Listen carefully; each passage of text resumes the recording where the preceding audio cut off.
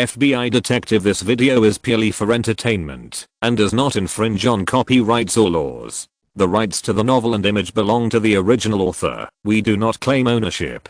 Don't like waiting and want to listen to this fanfic in full now? Subscribe to our Patreon, where you'll find the best fanfics. Chapter 226. The feeling of a thigh behind me doesn't need a needle to poke. Los Angeles, California. Los Angeles is located in the southwest of California. It is the second largest city in the Union and the largest city in the western part of the Union. It is often called the City of Angels. When the plane that Luo An and others took arrived here, the sun had already risen. The air was very warm and a little dry. The location of the FBI Los Angeles branch is not far from the University of California, Los Angeles, and it is only a 30-minute drive from Los Angeles International Airport, so everyone quickly arrived there by special car. Hello. The one who greeted everyone was a bald white man, who was the leader of an investigation team of the FBI Los Angeles branch, named Irving.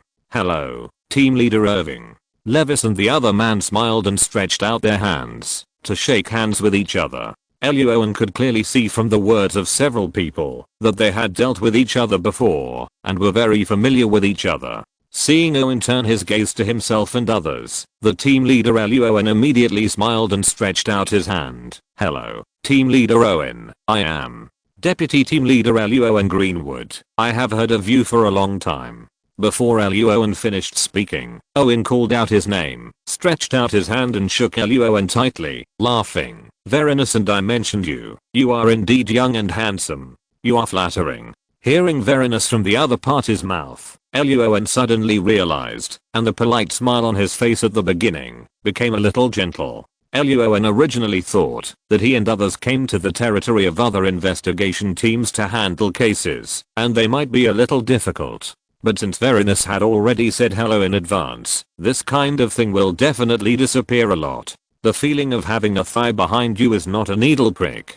In an office of the FBI Los Angeles branch, Mona chatted with Zachary Moore through the computer and determined the meeting location. Lassie sorted out the communicator and other equipment, and Riyadh sorted out the US dollars for the transaction later. Luo An sat on the chair next to him, looking down at the information, while Walter was applying makeup on his face with a bunch of bottles and jars. Mona and the other two did not expect that Walter was the makeup master that Levis mentioned.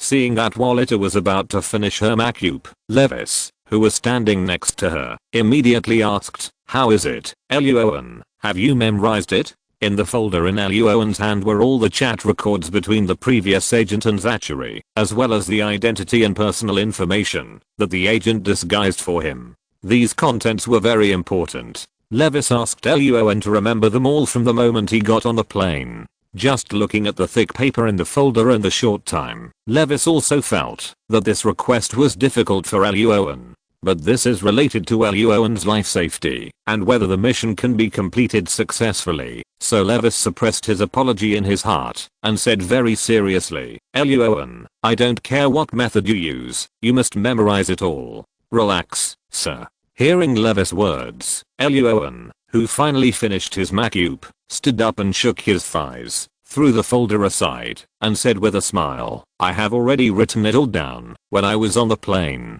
The chat records in the folder are not complicated. It's nothing more than mutual testing, and mutual testing." From the perspective of an FBI agent, Luo An quickly figured out the agent's thoughts and probing words. After changing his identity to a killer, Luo An also figured out Zachary's thoughts during the chat, so the probing words of both parties were completely remembered by Luo An not long after. At the same time, as a killer in his previous life, the most basic quality is to quickly integrate into the identity he pretended to be, so the identity and information that the agent made up for him were also quickly memorized by Luo An. What? Hearing this and seeing the nonchalant expression on Roan's face, Team Leader Rowan frowned, and Violeta's face instantly darkened. Levis even put his hands on his hips and said coldly, "Roan, these materials are related to your life.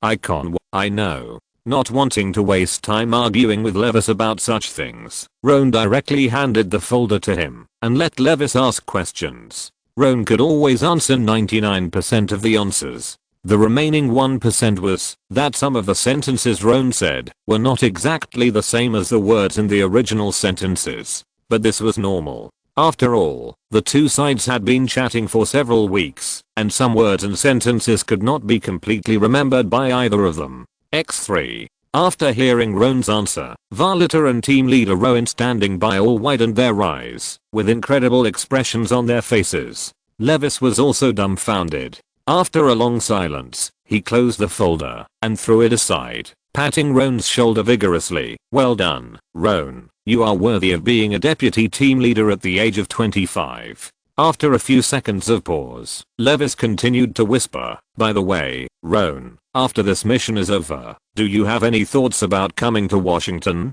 I happen to have a few vacancies, and I think the position of team leader is very suitable for you.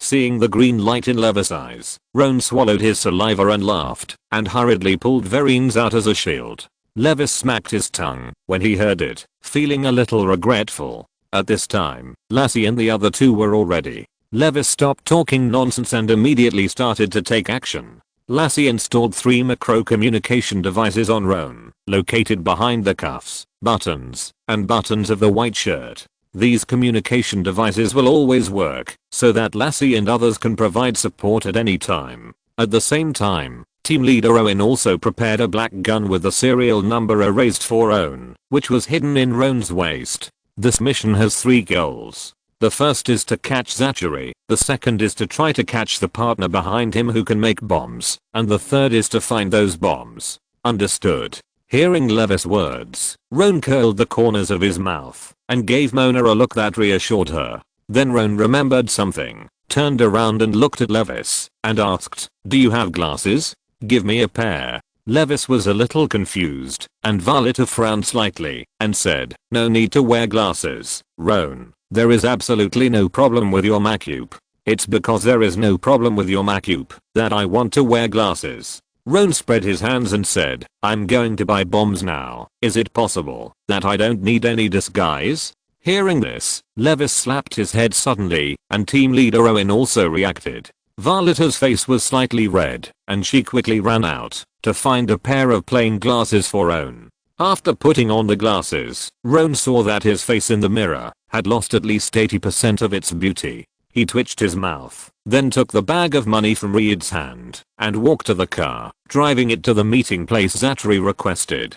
Mona and the others did not follow immediately because Roan judged others by himself and guessed that the location the other party mentioned the first time was probably a cover. Sure enough, more than half an hour after Roan's car arrived at the abandoned dock that Zachary mentioned, his cell phone suddenly rang. After pressing the answer button, an enthusiastic voice came from the other end of the phone. I'm sorry, Mr. Kurt, I suddenly feel that the dock is not suitable. How about changing to another place? Kurt is Roan's disguised name. Roan glanced at the high tower not far away through the car window and grinned. Okay. Chapter 227 Bargaining and Price Reduction. Bloody smell. After getting the new address from the other party, Roan hung up the phone and drove around, whispering to the communicator, can you hear me, Mona? Of course. In a dark command car, Mona controlled the equipment. Levis and Varlita kept an eye on it. Ryder and Lassie were ready to support Roan immediately if he encountered any problems, and team leader Owen was also ready to call for remote support at any time. Hearing Roan's words, Mona immediately asked, what's wrong? Did you find anything wrong? Someone should come down from the tower next to the dock. Hearing Mona's tone full of tension, Roan laughed and said, this person is most likely Zachary's accomplice or subordinate. If conditions permit, you can try to follow him, and there may be unexpected gains. In addition, don't go to the next location immediately. Wait for my notification before going there. Okay. After hearing Roan's words, Mona immediately turned to look at Levis on the side, and Levis turned his gaze to team leader Rowan on the side. Seeing this, team leader Rowan nodded immediately. No problem, I'll send someone right away. Soon, Rowan drove to the second location Zachary mentioned, which was an abandoned warehouse. But Rowan still didn't rush to get off the car. Sure enough, more than half an hour later, his phone rang again, and the same enthusiastic voice was heard inside. Sorry, Mr. Kurt. I know, we have to change places again, right? Before the other party finished speaking, Roan interrupted him and then said with a smile, "I know what you are worried about. I don't mind this. It's just a waste of time. I'm willing to show my sincerity. But when we meet later, I hope you can also show your sincerity, okay?" Roan's words fell, and the other end of the phone was silent for a moment, and finally agreed, "No problem." After getting the new address, Roan drove out again, and at the same time, said to the communicator, "It's okay this time." "Okay." Hearing Roan's words, Mona turned to look at Riyadh, who immediately turned the car key and stepped on the accelerator of the command car. The meeting place this time was an abandoned dock in southern Los Angeles. After parking the car on the side of the road, Roan got out of the car. Not long after, his cell phone rang. The same enthusiastic voice was heard on the phone. "You came so quickly, Mr. Kurt. I'm in the tin house not far from you." "Okay." After hanging up the phone, Roan walked quickly into the large tin house. There was a round table and 2 benches in the middle of the house, and a man was sitting on one of the benches.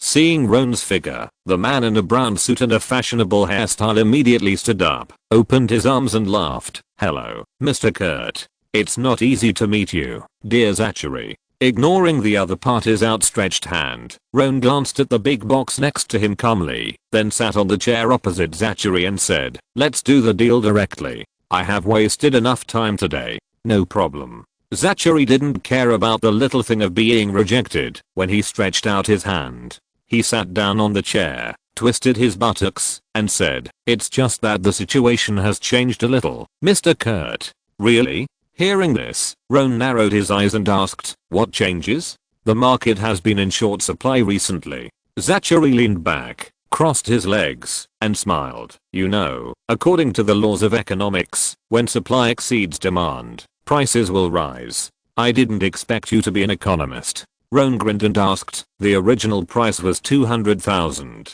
How much did you increase it to?" Zachary rubbed his hands together and chuckled. "Not much, just 500,000. "Fouquet." Hearing this, Luo An immediately became furious and took out the black gun from behind his butt and aimed at Zachary's head. The next second, a woman holding a pistol jumped out from behind the big box that Luo An had glanced at before. She pointed the gun at Luo An and said sternly, "Put down your weapon. Let me introduce you. This is my bodyguard, Sophia." Seeing the woman jumping out, Zachary leaned back, spread his hands, and smiled. I don't want to hear what you hope for, Zachary." Before Zachary finished speaking, Luo An interrupted him and said with a cold face, "I'll say it for the last time. I came here today for only one purpose, that is to buy bombs. And you have been wasting time, raising the price temporarily, and hiding a woman. You have no sincerity at all. As for whether I'm afraid of death, haha, I'm sure that I will shoot you before this woman shoots me. What do you think?" Although he said so, Luo An kept staring at the woman from the corner of his eye. He had just discovered the other party, and at the same time, he had already prepared a dodging posture just now. Luo An was 90% sure that he could get rid of the other party. In the command vehicle in the distance, Levis and the other 2 were nervous, and Mona and the other 2 were ready to support at any time. In the iron house, Zachary had a grim look on his face. He had just lived a good life of spending a lot of money for a few years, so he was silent for a moment and asked, "Then what do you want to do?" Luo An heard this and said expressionlessly, "Sell the bomb to me, 200,000 original price." "Impossible." 450,000. 250,000. 400,000. 300,000. 350,000. 290,000. Hearing this, Zachary's mouth twitched immediately. "Why is there a reverse price reduction?" Luo An shrugged, "Because I only brought 300,000 yuan this time." Zachary clapped his hands. "Then 300,000 yuan." "No." Luo An shook his head repeatedly. "Just 290,000 yuan. When I came today, the organization gave me 300,000 yuan. I originally planned to keep 100,000 yuan for myself, but now I only have 10,000 yuan, and I can't take any less." To the 2 people in the iron house were speechless when they heard this. However, they also understood one thing in their hearts, that is, Luo An was not alone. He was sent by the organization behind him. It is not appropriate to kill Luo An. God knows whether this organization that likes to make explosions will come to them afterwards. Zachary, who just wants to make money, can't afford to gamble. This is also part of Luo An's plan, so in the end Zachary still stretched out his hand. Deal. Good. Zachary waved his hand to let Sophia put down the pistol first, and Luo An followed suit and put down the pistol, then stretched out his hand and shook hands with Zachary. After the negotiation, Zachary also saw 300,000 genuine green banknotes in Roan's car and immediately invited Roan to get in his car and go with him to get the bomb. Roan did not refuse, but held the money bag in his left hand and the pistol in his right hand and sat in the back seat of the car with Sophia. Zachary drove the car for a long time and finally arrived at an abandoned factory building on the south side of Los Angeles. Riyad drove the command car far behind. Believe me, you will like this bomb. Walking into a factory building, Zachary led the way and boasted loudly, "A large pile of C4 explosives was tied together by my brother in a magical way, and it is also equipped with 2 detonation methods. The power of the explosion will definitely make your target disappear completely. If this is true, we will definitely buy from you again in the future." Walking beside Zachary, Roan had a very satisfied expression on his face, but before he walked far Roan's nose suddenly moved slightly and then frowned. What a strong smell of blood. Could it be that Zachary's brother accidentally killed himself while making a bomb? Chapter 228, The First Lady Auction Explosion. Starting from chapter 222. An abandoned factory in southern Los Angeles. Luo An's nose has always been very sensitive. The moment he smelled the blood, he was ready for battle without making a sound. Zachary next to him was still boasting loudly and continued to walk forward a few steps. The female bodyguard Sophia also found something wrong and hurriedly reached out to stop the two. Zachary's brows tightened when he saw this. "What's wrong?" "There is a smell of blood." Sophia waved her hand to signal Zachary to hide behind her, then took out her pistol and walked slowly forward in a vigilant posture. Luo An looked at Sophia with interest, then hurriedly took out her pistol and followed Zachary, whispering impatiently, "What's going on? Why are there so many situations today? Are you professionals?" Hearing Luo An's complaints, Zachary looked embarrassed and didn't know what to say. Could it be that he gave less money after going out to play games and exercise last time, causing his recent luck to become bad? Sophia led the two forward not far, and Luo An saw a cement room with an open iron door. On the floor of the concrete room, a white male corpse with several bullet wounds appeared in front of the 3 people. There was a large pool of blood on the ground. The dead body of the male appeared in front of them. Thomas. The moment they saw the male corpse, Sophia and Zachary's faces suddenly changed, and they hurried into the concrete room. The square concrete room was empty. Sophia immediately bent down and turned Thomas's body over. After feeling his pulse and confirming that he was completely dead, her eyes suddenly turned red and she cursed. "Fouquet. Damn it. Who did it? No no no no." Zachary was also panicked when he saw Sophia's performance. He kept repeating words in his mouth, but didn't know what to say. The people in the command car not far away heard this through the communicator and their faces suddenly changed, but Roan had not called for support yet, so Levis had to wave his hand to signal to stay put. Roan looked around in the factory and found no bombs, so he immediately asked loudly, "Hey, Zachary, what's going on?" Zachary was still spinning in circles, not knowing what to do. Roan saw this and slapped him in the face without hesitation. Snap. The slap was very strong, and the intense pain instantly made Zachary sober up. Just as he was about to yell, Roan grabbed Zachary's shoulders and shouted, "Zachary, I came here to buy bombs today, okay? Your brother is obviously not going to be saved now, and we don't know if the police will come here later. So let's finish the deal now and leave here quickly, okay? Okay, okay, you're right."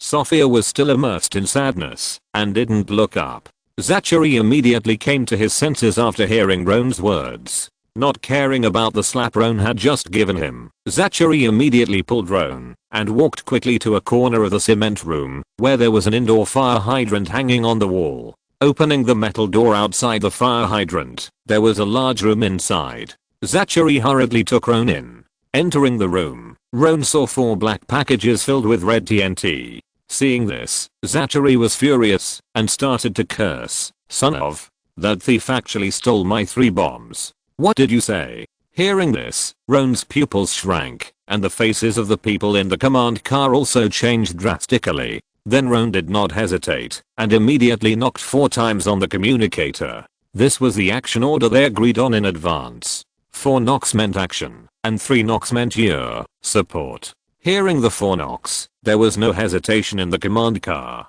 Levis, Varlita, Reed, and Lassie immediately opened the door and rushed into the abandoned factory with weapons. 1 bomb costs 500,000, 3 bombs cost 1.5 million. Damn thief, he stole 1.5 million from me. Zachary was immersed in the grief of losing a good brother and a large sum of money, but he still pulled up a black package and prepared to turn around and hand it to Roan. But as soon as Zachary turned around, a huge fist with a fist wind appeared in front of him. Bang. Zachary's eyes widened, and he was about to greet Roan, but before he could finish his words, Roan punched him and knocked him out. Sophia had just half of her body into the room at this time. When she saw Roan taking action, her pupils shrank suddenly. Just as she was about to pull out her gun to attack, Roan had already raised his pistol and pulled the trigger at the hole in the wall. Bang, bang, bang. 3 gunshots. Roan missed Sophia, and Sophia sat back on the concrete floor outside, at %. The pain in her butt was forgotten by Sophia. She cursed and immediately got up from the ground, raised her pistol, and hid beside the hole, ready to find a way to kill Luo An. The next second, Ryder and the other 4 rushed into the cement room, aiming their pistols at Sophia's head, and shouted at the same time, "Don't move. Put down your weapons. Put your hands up." Seeing the big white FBI on Ryder and Lass's bulletproof vests, Sophia was furious and her face was as ugly as it could be. Half an hour later, FBI Los Angeles Branch, Criminal Investigation Division, Investigation Team Number 2, Office Area. Levis, Roan and others walked into the office area, and team leader Roan introduced them loudly. "Everyone. These 2 are Chief Levis and Chief Varlita from Washington. These 4 are Deputy Chief Roan from our FBI New York branch, Criminal Investigation Division Number 5 Investigation Team, and Agents Lacey, Ryder and Mona." Crackling. After listening to team leader Rowan's introduction, all 20 agents from Investigation Team Number 2 applauded and welcomed them. As for the 2 chiefs from Washington, these 20 agents looked away after taking a look. After all, they had seen similar people before and were not curious. They still turned their attention to the people from Investigation Team Number 5 in New York. To be precise, it was Roan. At first, they thought that Ryder or Lacey was the deputy team leader, but they didn't expect that the real deputy team leader was actually this handsome man with a handsome face and obviously less than 30 years old. The eyes of several female agents in Investigation Team Number 2 glowed, while the male agents had different expressions and were thinking all kinds of things. These are Luo An, Jack, Evie and Hayes. After introducing several key agents of the Number 2 investigation team to Roan and the others, Owen turned his eyes to Levis. Levis nodded, distributed the documents to the agents, and loudly introduced the details of the case. In summary, we have now successfully captured the broker Zachary, the bodyguard Sophia, and the dead bomb maker Thomas, and successfully found 4 bombs. But unfortunately, 3 bombs are now lost. If nothing unexpected happens, they should still be in Los Angeles. So our next goal is to find these 3 stolen bombs as quickly as possible. Do you understand? Got it. XN good. Levis nodded with satisfaction, then turned around and said, "Zachary has woken up, and we can start the interrogation." Okay. Roan was about to speak when Luo An of the Number 2 investigation team next to him suddenly interrupted and said, "Deputy Team Leader Roan, you must be tired after rushing here from New York to arrest people. How about leaving this interrogation to us?" Chapter 229. The idol is John Hinckley. Luo An from the 2nd investigation team is a white young man who looks similar to Ryder, with a lot of muscles, but is about the same age as Roan. Hearing Luo An's words, team leader Rowan and the other 3 agents from the 2nd investigation team, Jack, Evie and Hayes, all had different expressions. Levis and Volita did not speak either, and all looked at Roan. Lassie and Ryder from the 5th investigation team narrowed their eyes slightly. Mona frowned, and Roan remained calm and smiled lightly. Of course. Thank you for your hard work. No. Lucerne laughed, turned around and walked into the interrogation room with Jack. Volita looked at Roan with interest, and Levis's eyes were even more satisfied, but thinking that Roan was Varian's man, he sighed again, and the two finally walked into the monitoring room next to the interrogation room with team leader Owen. Roan and the other 4 were invited into the conference room by Evie and Hayes. After pouring a few cups of coffee for the 4 people, Evie and the others also brought them 4 laptops and some other equipment. As Evie and Hayes left, the door to the conference room was closed. The smile on Mona's face suddenly collapsed. She turned to look at Roan. Roan, why did you let Lucerne and the others interrogate Zachary just now? Calm down. Taking a sip of coffee, Roan stretched out his arms and stretched his body. This is Los Angeles, not New York. The FBI can indeed enforce the law across regions to arrest people, but they must also inform the local FBI when enforcing the law across regions. Otherwise, if they go to someone else's territory and arrest the criminal without saying anything, will the local FBI have any face?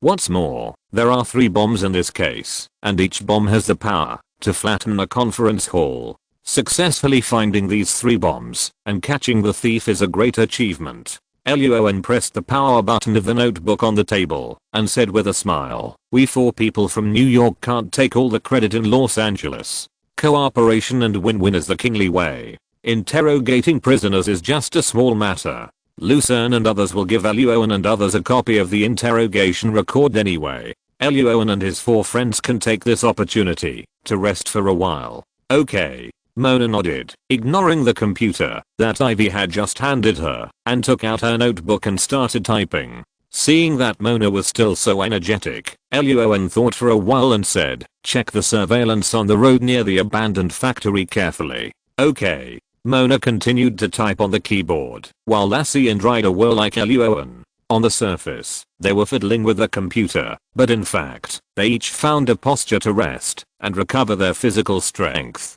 Flying is also very tiring. 40 minutes later, there was a knock on the door of the conference room, and then Lucerne and others came in with a few papers, smiling. How was Deputy Team Leader Luo An's rest? We have finished the interrogation. You are really fast. Luo An laughed and praised the other party casually and took over the interrogation record, which showed that Zachary did not expect this to happen. However, after careful thinking, Zachary remembered a suspect. The other party had met with Zachary the afternoon before and also wanted to buy a bomb, but not only did he not take the money, he also asked to see the bomb first, so he was flatly rejected by Zachary. Zachary said that the man was about 30 years old, a white male, of medium height, with short black hair, and called himself Smith. Seeing that Zachary had given the suspect's contact information, Roan handed the interrogation record to Mona, looked up and said to Lucerne with a smile, there are 2.3 million Smiths in the Federation. We'll have a lot to do now. Maybe it's just a fake name. Lucerne shrugged and said, just like I always say, I'm 1.9 meters tall. Ha ha ha. As soon as the voice fell, a happy atmosphere suddenly came from the meeting room, and Riad's previous dissatisfaction with Lucerne also dissipated a little. Dong dong dong. At this moment, the door of the conference room was pushed open, and Evie stretched her head and said, everyone, we have found the owner of the phone number. Everyone hurried out of the conference room after hearing this, and several technical agents of the second investigation team showed the information to everyone. Based on the mobile phone number Zachary said, we found a person, Reginald Reuben. He is 35 years old and lives in southwest Los Angeles, Harperoy. Seeing the brown-skinned man with long hair in the photo, who looked like an artist, Roan's mouth curled. This seems to be a bit different from the thief described by Zachary. Levis and Volita didn't say anything, but they both nodded. A white man and a Latino, they are of different races, and the difference is not ordinary. Team leader Rowan and Lucerne frowned, and several technical agents spread their hands helplessly. The owner of the phone number is the man in front of them. They are 100% right. After a moment of silence, team leader Rowan turned around and asked, have you checked the surveillance near the abandoned factory? We are checking. Several technical agents of the number 2 investigation team nodded, indicating that they needed some time.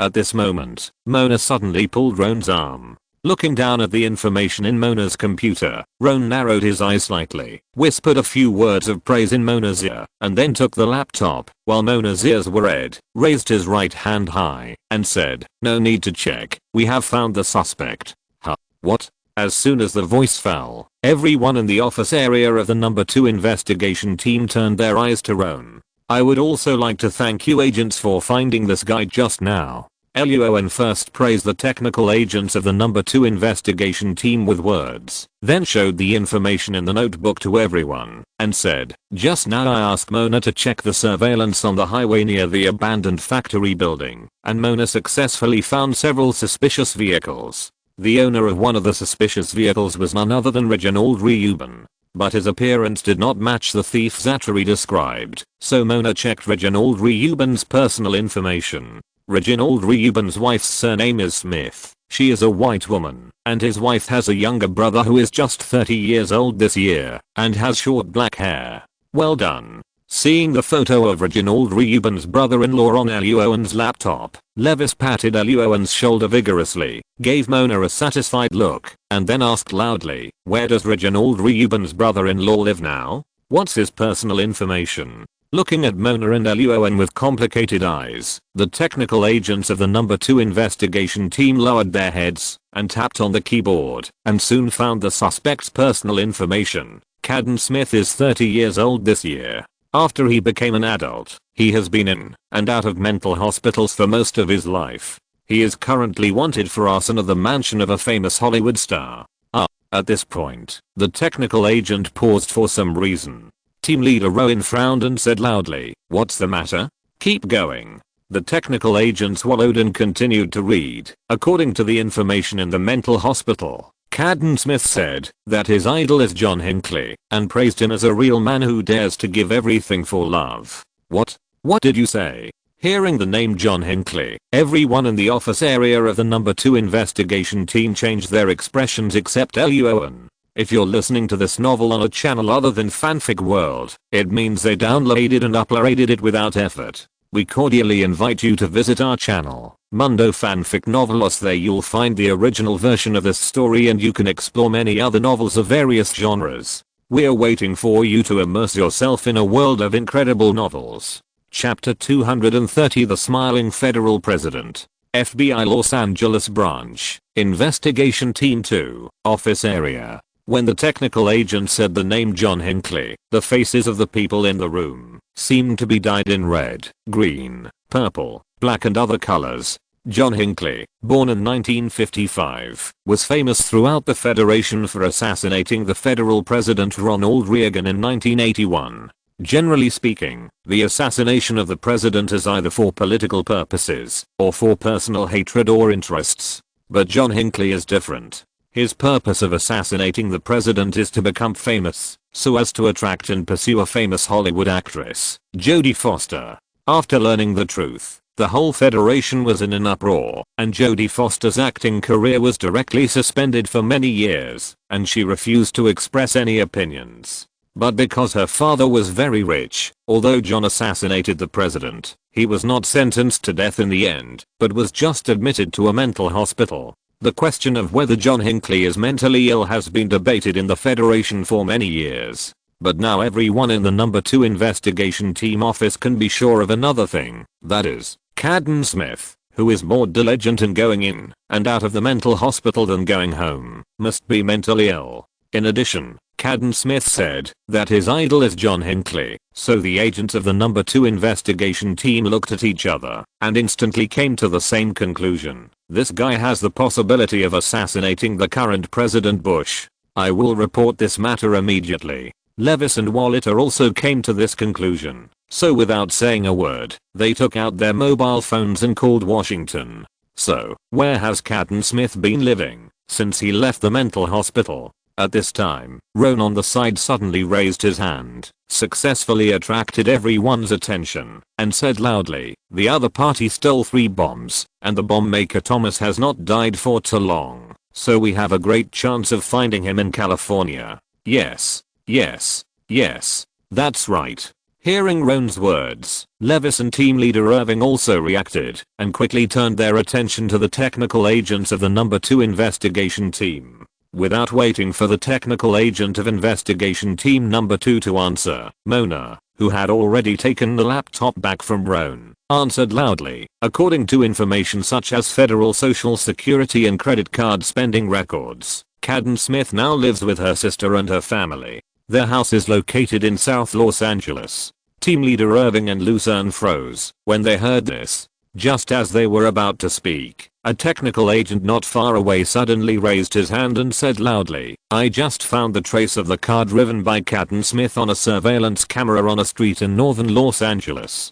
Good job. Well done, Luo An." Jack and others immediately smiled and applauded, then turned to look at team leader Irving and said, "Let's go and arrest Cadden Smith immediately." Team leader Irving nodded. "The other party has a bomb. Remember to call SWAT for support." Understood. After receiving the affirmative order, Luo An immediately turned around and rushed into the equipment warehouse with Jack and Evie. Seeing this, Roan thought for a moment and said, "Then I will lead Ryder and the others to go to Cadden Smith's sister's house. Maybe we can get something." "Okay." Levis and the other two nodded, and team leader Roan added, "Call for support immediately if you encounter any danger." "Okay." Roan agreed and took Mona and the other two into the equipment warehouse to replenish SIM equipment, and then left the FBI Los Angeles branch building at the same time with Luo An and the others, one in the south and one in the north. The SUV was speeding forward on the streets of Los Angeles. Ryder sat in the back seat to rest, and Lassie sat next to Ryder with her eyes fixed on the window. Los Angeles was quite hot, and there were many beautiful women with bare arms and legs on the streets. Mona sat in the passenger seat and continued to type on the keyboard while whispering, "Roan, why do we have to go to Cadden Smith's sister's house? Wasn't it better to go with Luo An and the others to arrest Cadden Smith just now?" Mona was a little unhappy. She felt that the credit that belonged to the number 5 investigation team might be taken away by Luo An and the others. Turning the steering wheel and easily overtaking several cars, Roan replied with a smile, "Let's go to Cadden Smith's sister's house. There is a high probability that we can find out who Cadden Smith wants to kill with the bomb." Lassie in the back seat of the car asked, "Isn't it the president of the Federation?" "The president is just a possibility, but the probability is not high." Roan shook his head, saying that using a bomb is not a good way to assassinate the president. The guys in the Secret Service are not just for show. They always check the places the president is going to in advance. The best way to assassinate is to shoot with a gun unexpectedly. The president, who always smiles and has a big brain, has the most say on this point. Cadden Smith is indeed a psychopath, but judging from the method and behavior of killing Thomas, he is not a fool, and it is impossible for him not to think of this. After listening to Roan's analysis, Mona and Lassie were about to continue asking questions, but the SUV had already arrived at the target location, so the two swallowed their questions, briefly checked their equipment, and quickly approached the spacious bungalow of Cadden Smith's sister in pairs. Lassie and Ryder briefly observed the back of the bungalow and found that several rooms were extremely quiet. Mona and Roan, who were in front of the bungalow, found that the windows in the kitchen of the house were not closed. At the same time, Roan also smelled a very strong smell of blood coming from the kitchen. "Shit." Roan's face changed, and he immediately pressed the communicator. "Break the door immediately. Check every room quickly." "Okay." Bang. As soon as the voice fell, Ryder immediately kicked open the back door of the bungalow, and Roan also kicked the front door of the bungalow into pieces. Mona, who was walking behind Roan, saw this scene and her eyes twitched, but she still took the pistol and quickly checked each room. Roan took the Glock 18 and went straight to the kitchen. Soon he saw two bodies, one big and one small, one man and one woman, who were shot several times in the chest and head, and the blood on the ground had already coagulated. The male deceased had long hair and was of Latin American descent. Roan recognized him at a glance as Cadden Smith's brother-in-law, Reginald Reuben. The female victim was a little girl who looked less than 10 years old. She looked a bit like Reginald Reuben and was most likely Reginald Reuben's daughter. Soon, Ryder and Mona, who had checked every room, came over and saw the two bodies on the ground. Their faces turned ugly, and they started to curse. Fouquet, son of Ryder, contact team leader Rowan immediately and ask him to send the trace examination department in Los Angeles to check whether the bullets in the two bodies and the bullet that killed Thomas came from the same pistol. Ryder nodded and turned to make a phone call. Rowan looked back at Mona and continued, also, what's the current situation of Cadden Smith's sister? Can we contact her? Mona took a deep breath, strode out of the kitchen, and walked towards the SUV outside. Her computer was on the passenger seat. I'll try. When Mona walked out of the bungalow, Lassie's shout suddenly came from the basement. Rowan, I found something here. Okay. Walking slowly into the dim basement along the wooden stairs, Rowan picked up a waiter's uniform thrown on the handrail. At this time, Lassie, who was not far away, was holding a flashlight, pointing at the wall in front of her, her tone a little stiff. Rowan, you guessed right. Cadden Smith's target is indeed not the President of the Federation.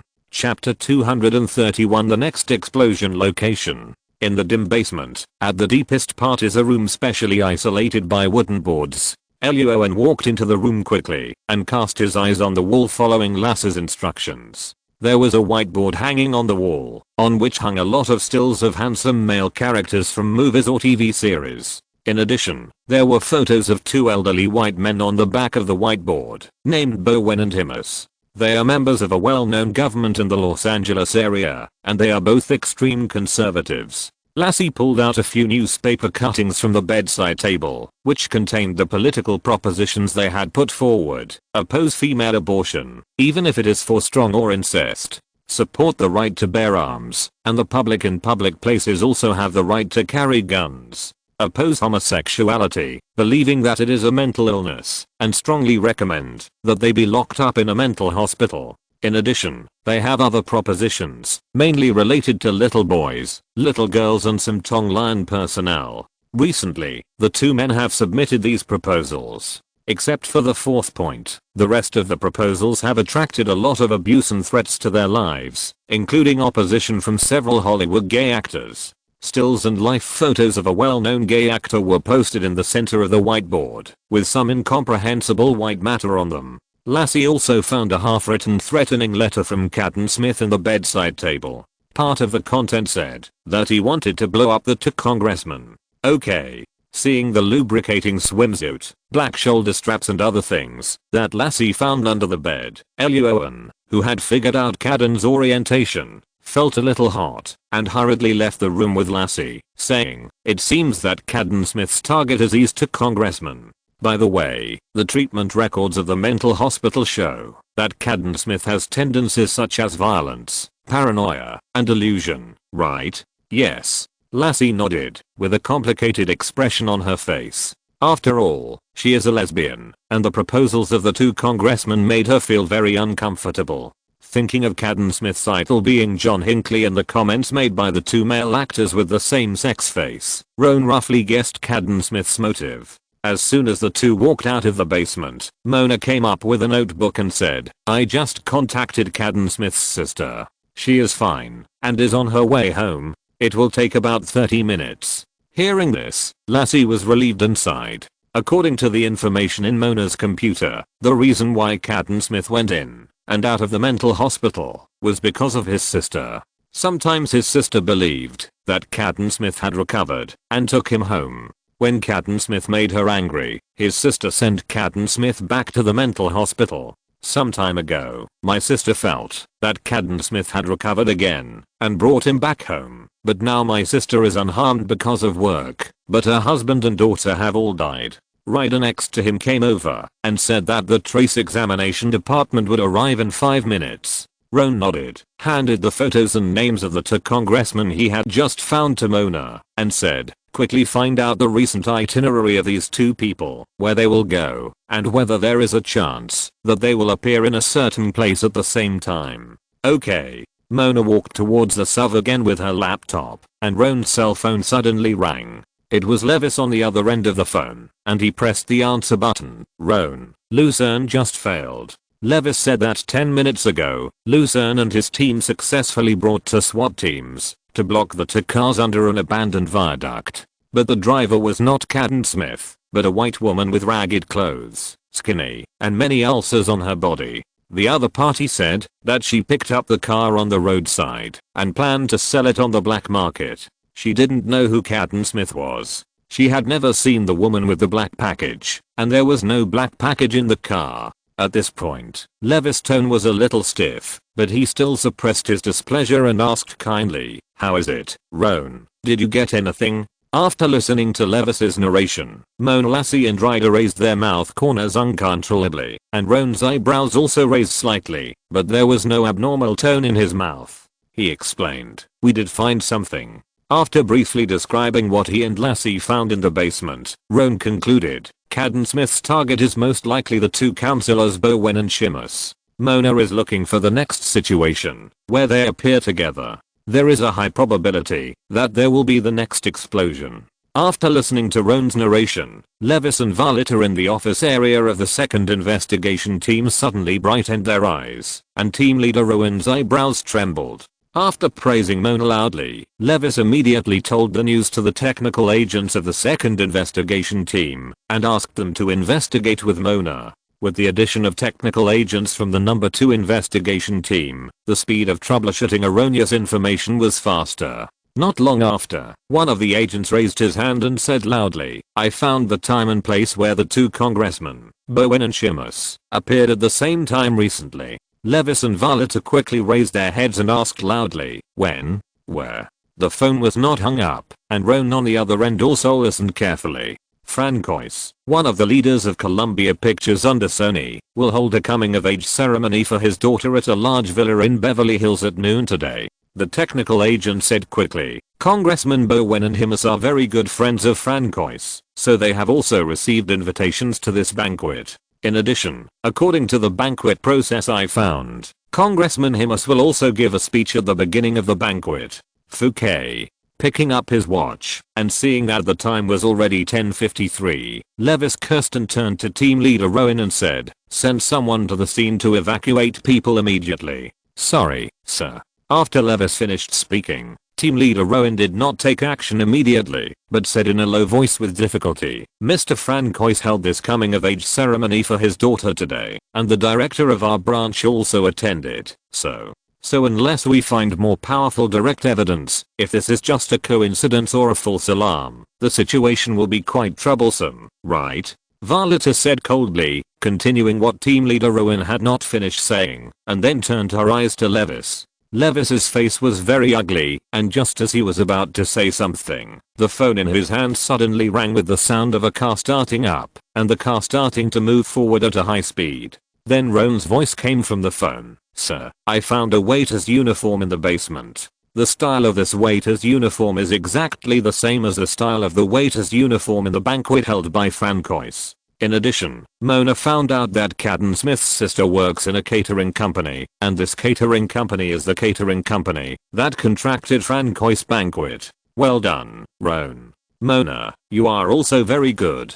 After praising the phone loudly, Levis hung up the phone and shook the phone. Team leader Rowan, do you have any more questions? "Sorry, no more." Team leader Rowan smiled bitterly, immediately took out his phone, and started to contact people to evacuate the crowd at the banquet. At this time, the time had reached 11:08.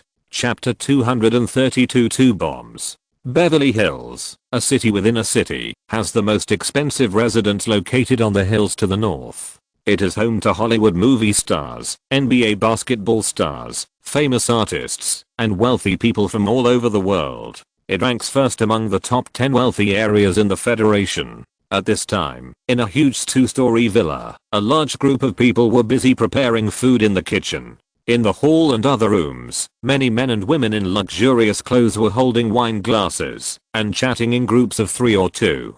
Dozens of waiters were carrying trays. Because the organizer of this banquet was one of the well-known leaders of Columbia Pictures, the participants of this banquet included not only famous Hollywood stars, Los Angeles government leaders, local councilors, but also executives from some well-known large companies on Wall Street in New York. In addition, this was a coming-of-age ceremony after all, so the attendees also included the classmates of Francois' daughter and their families, who were also rich or noble. When Roan drove madly with Mona and the other two from southern Los Angeles, the time had come to 11:38.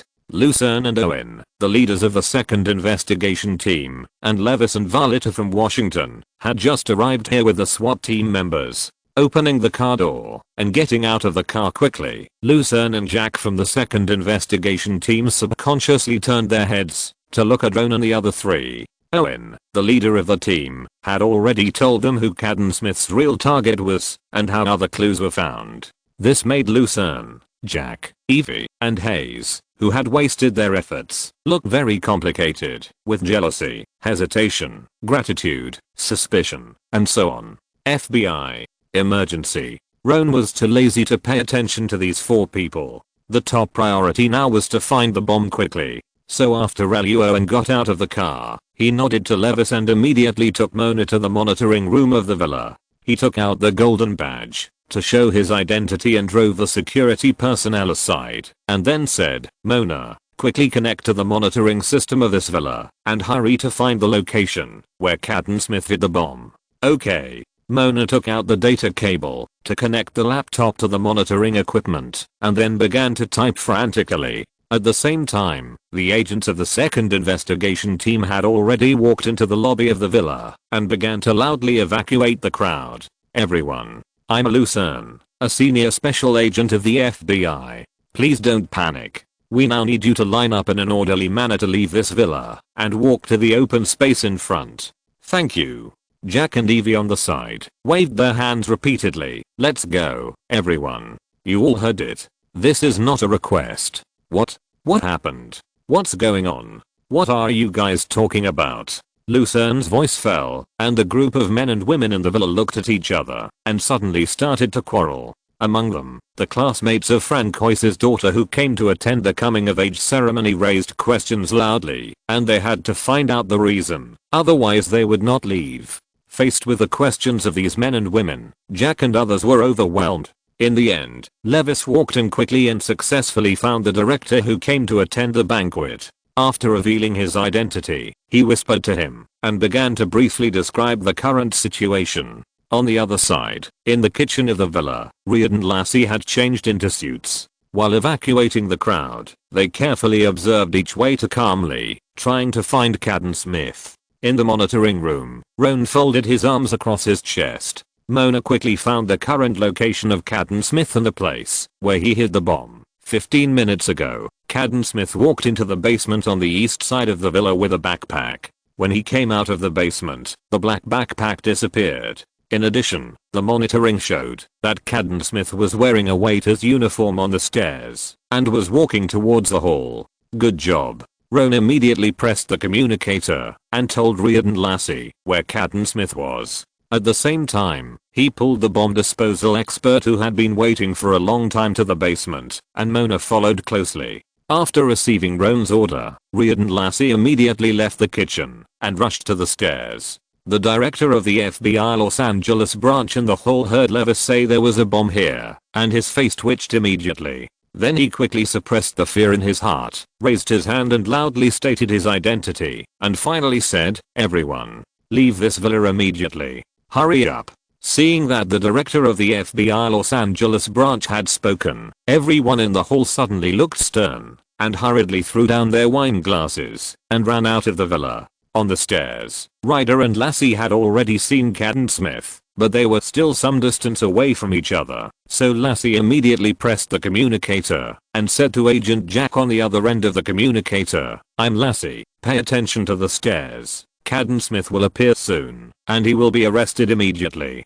Okay. Hearing this, Agent Jack narrowed his eyes slightly, threw aside the work of evacuating the crowd, and quickly took his colleague Hayes to ambush on the side of the stairs. Cadden Smith, disguised as a waiter, walked out of the stairs with a tray. He saw the men and women in the hall, under the command of the FBI, all walked quickly to the open space outside the villa gate, and his face suddenly showed a strange look. The next second, Agent Jack immediately jumped out from the side and kicked Cadden Smith to the ground. Agent Hayes next to him also rushed over and handcuffed him. Seeing the FBI words on Jack and Hayes, Cadden Smith had a blank expression on his face, as if he didn't care about being caught at all. At this moment, the scene at the stairs attracted the attention of a classmate of Francois's daughter. She asked loudly, "Agent, what's going on?" Cadden Smith, who was tightly pressed to the ground, heard this and laughed and replied, "Because I set off a bomb here."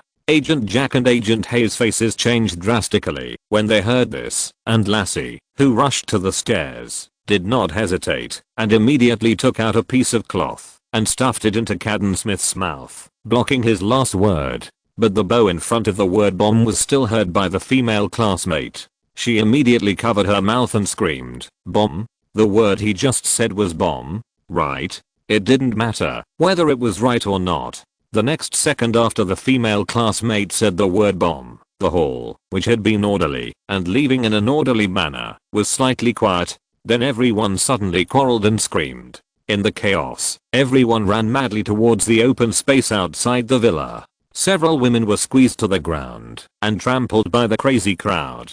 Seeing this, Violeta, who had been trying to maintain order, cursed. The light in Levis's eyes was even colder and frightening.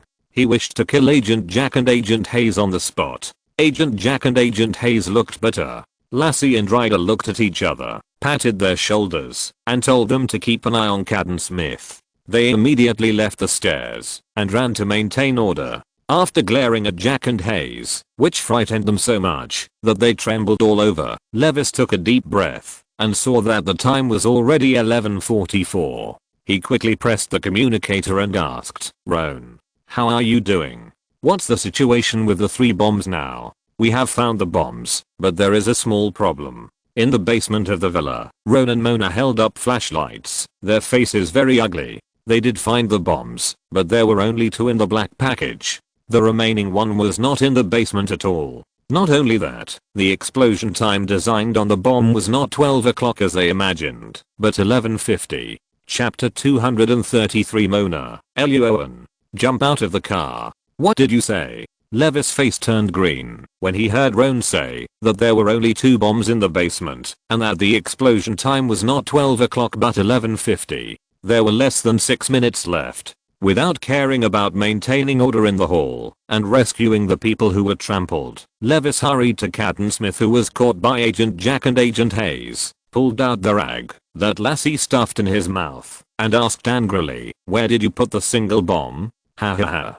Seeing this, Cadden Smith laughed. Not only did he not answer Levis' question, but he shouted loudly, "Run, there is a bomb in the villa." Hearing this, the crowd in the villa hall became even more chaotic. Fouquet. Levis' eyes were red. In front of Jack and Hayes' surprised eyes, he punched Cadden Smith in the face, then pressed the communicator and said in an urgent tone, "Roan, do you have any clues?" At this time, Levis had already forgotten the agents of the number 2 investigation team. He now understood that this group of people had average ability and average case solving skills, and sometimes even caused trouble. If you really want to successfully solve a case or solve a problem, you have to find the number 5 investigation team led by Roan at a critical moment. In the basement, each member of the bomb disposal team had a flashlight on his head and was squatting in front of 2 bombs and working quickly. After finding out that one of the bombs was missing, Roan immediately asked Mona to run back to the monitoring room and carefully check all the actions of Cadden Smith in the villa today.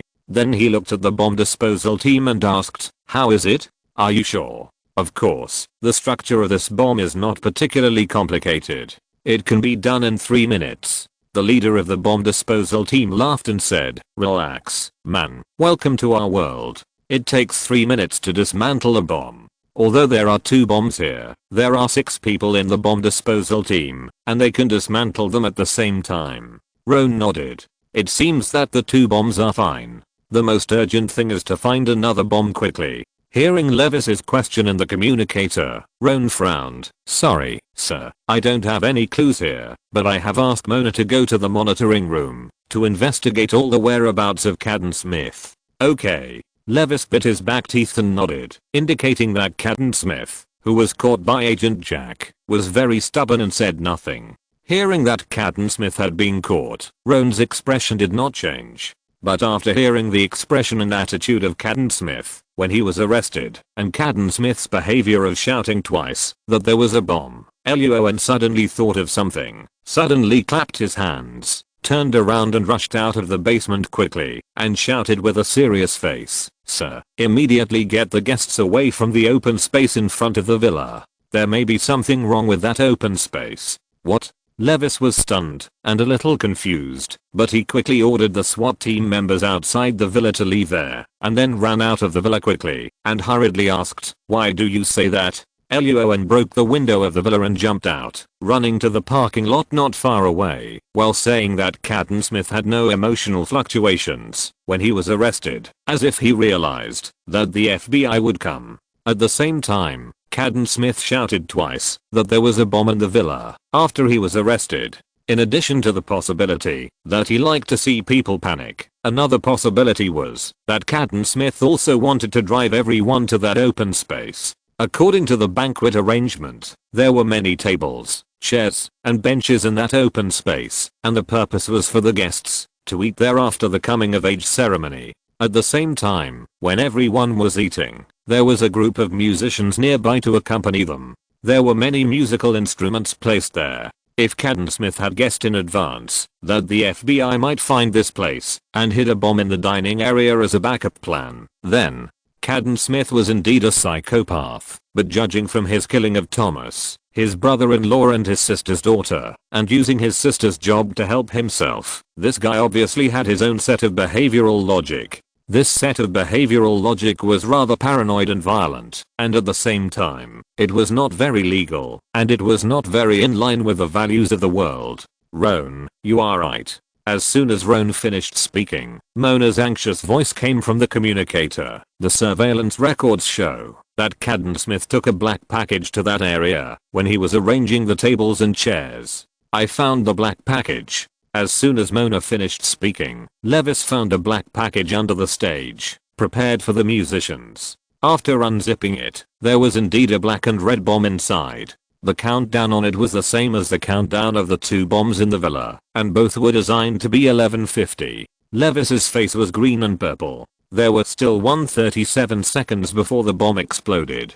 But all the bomb disposal experts were in the basement, and there was no time left. Moreover, the last bomb exploded and successfully destroyed an entire floor of the charity party venue. Judging from the scale of the explosion, all the guests and related service personnel in this open space were included in the radius of the bomb explosion. A frightened Hollywood actress finally squeezed out of the villa and prepared to go to the deserted place behind the stage to relieve herself. But when she saw the red TNT in Levis's hand, the actress' face turned pale instantly, and she couldn't help but open the valve on the spot. But the actress didn't care about the running water at this time.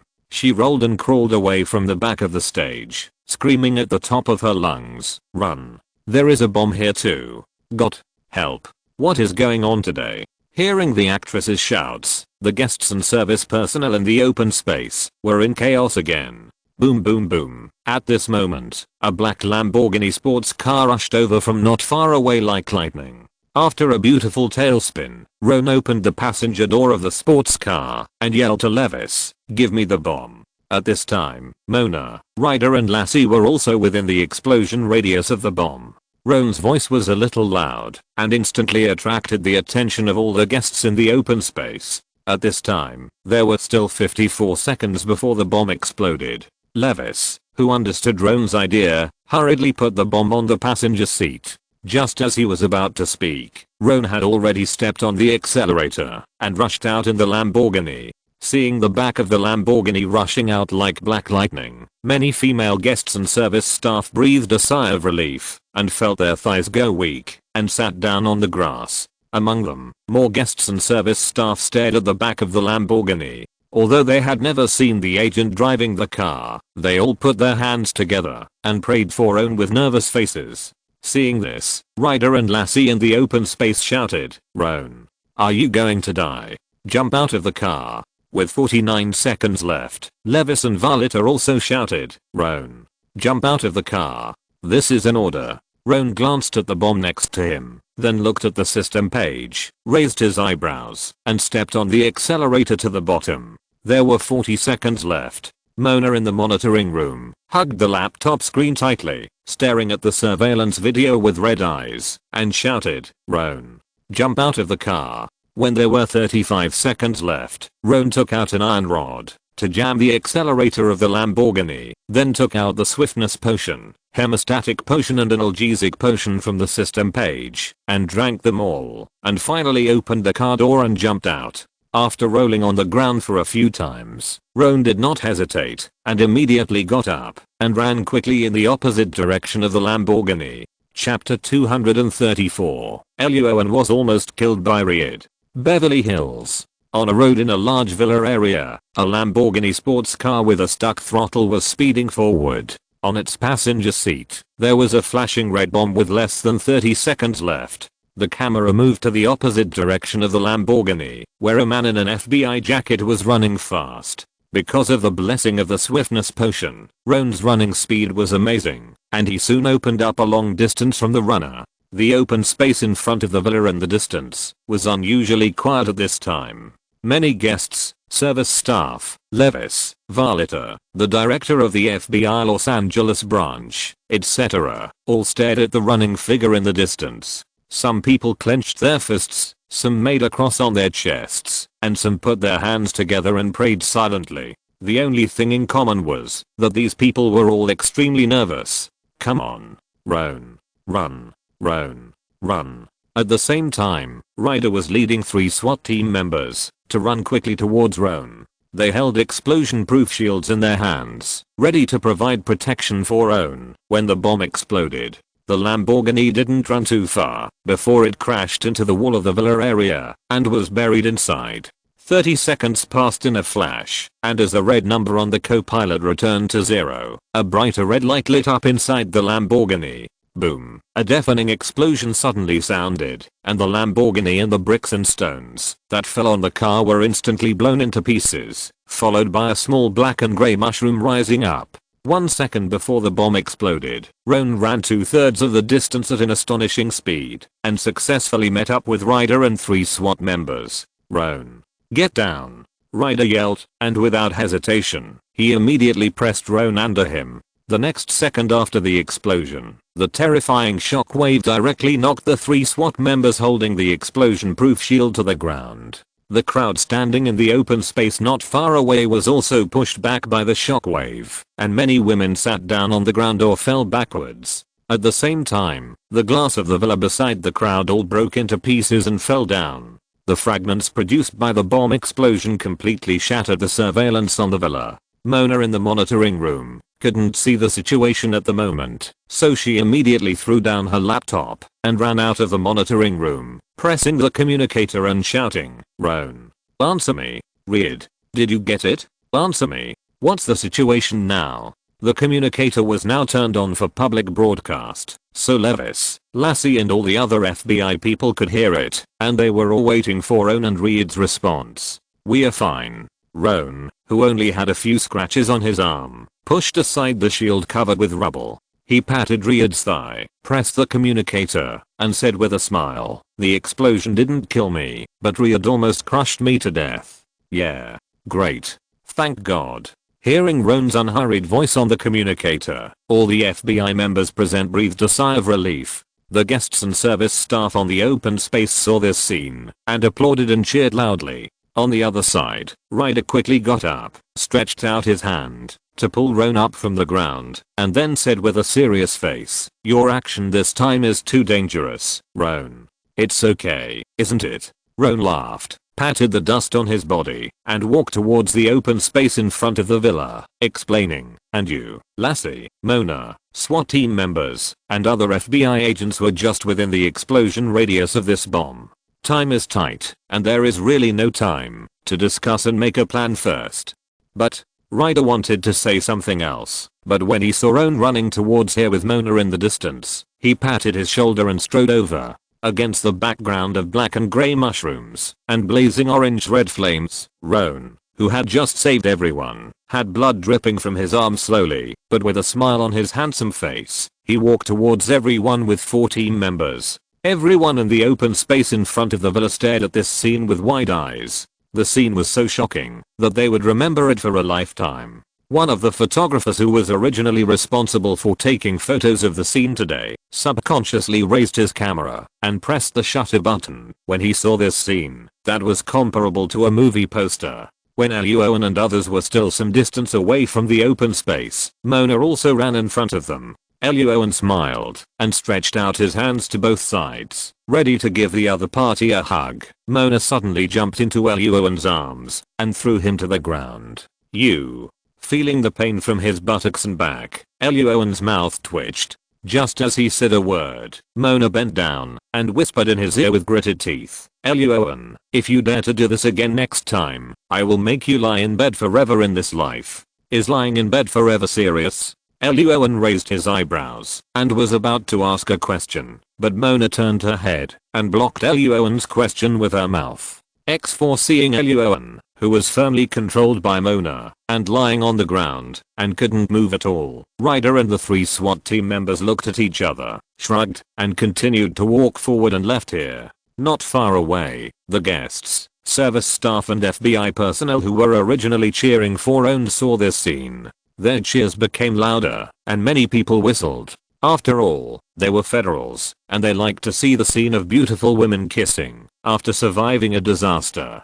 The whole open space in front of the villa was filled with a joyful atmosphere, but there was one person who was extremely unhappy, and 2 people had some other emotions besides being happy. The one who was extremely unhappy was naturally the murderer, Cadden Smith. At this time, he cursed and struggled wildly, but was soon pinned to the ground by several SWAT team members. Lassie also took out a rag and stuffed it into his mouth again. Unlike last time, this rag was picked up by Lassie in the trash can just now. The smell can't be said to be unbearable, it can only be said to be unbearable. The remaining 2 people who were happy and had some other emotions were the owner of the Lamborghini sports car and Francois's daughter. The owner of the Lamborghini wanted to cry, but had no tears. He was a classmate of Francois's daughter.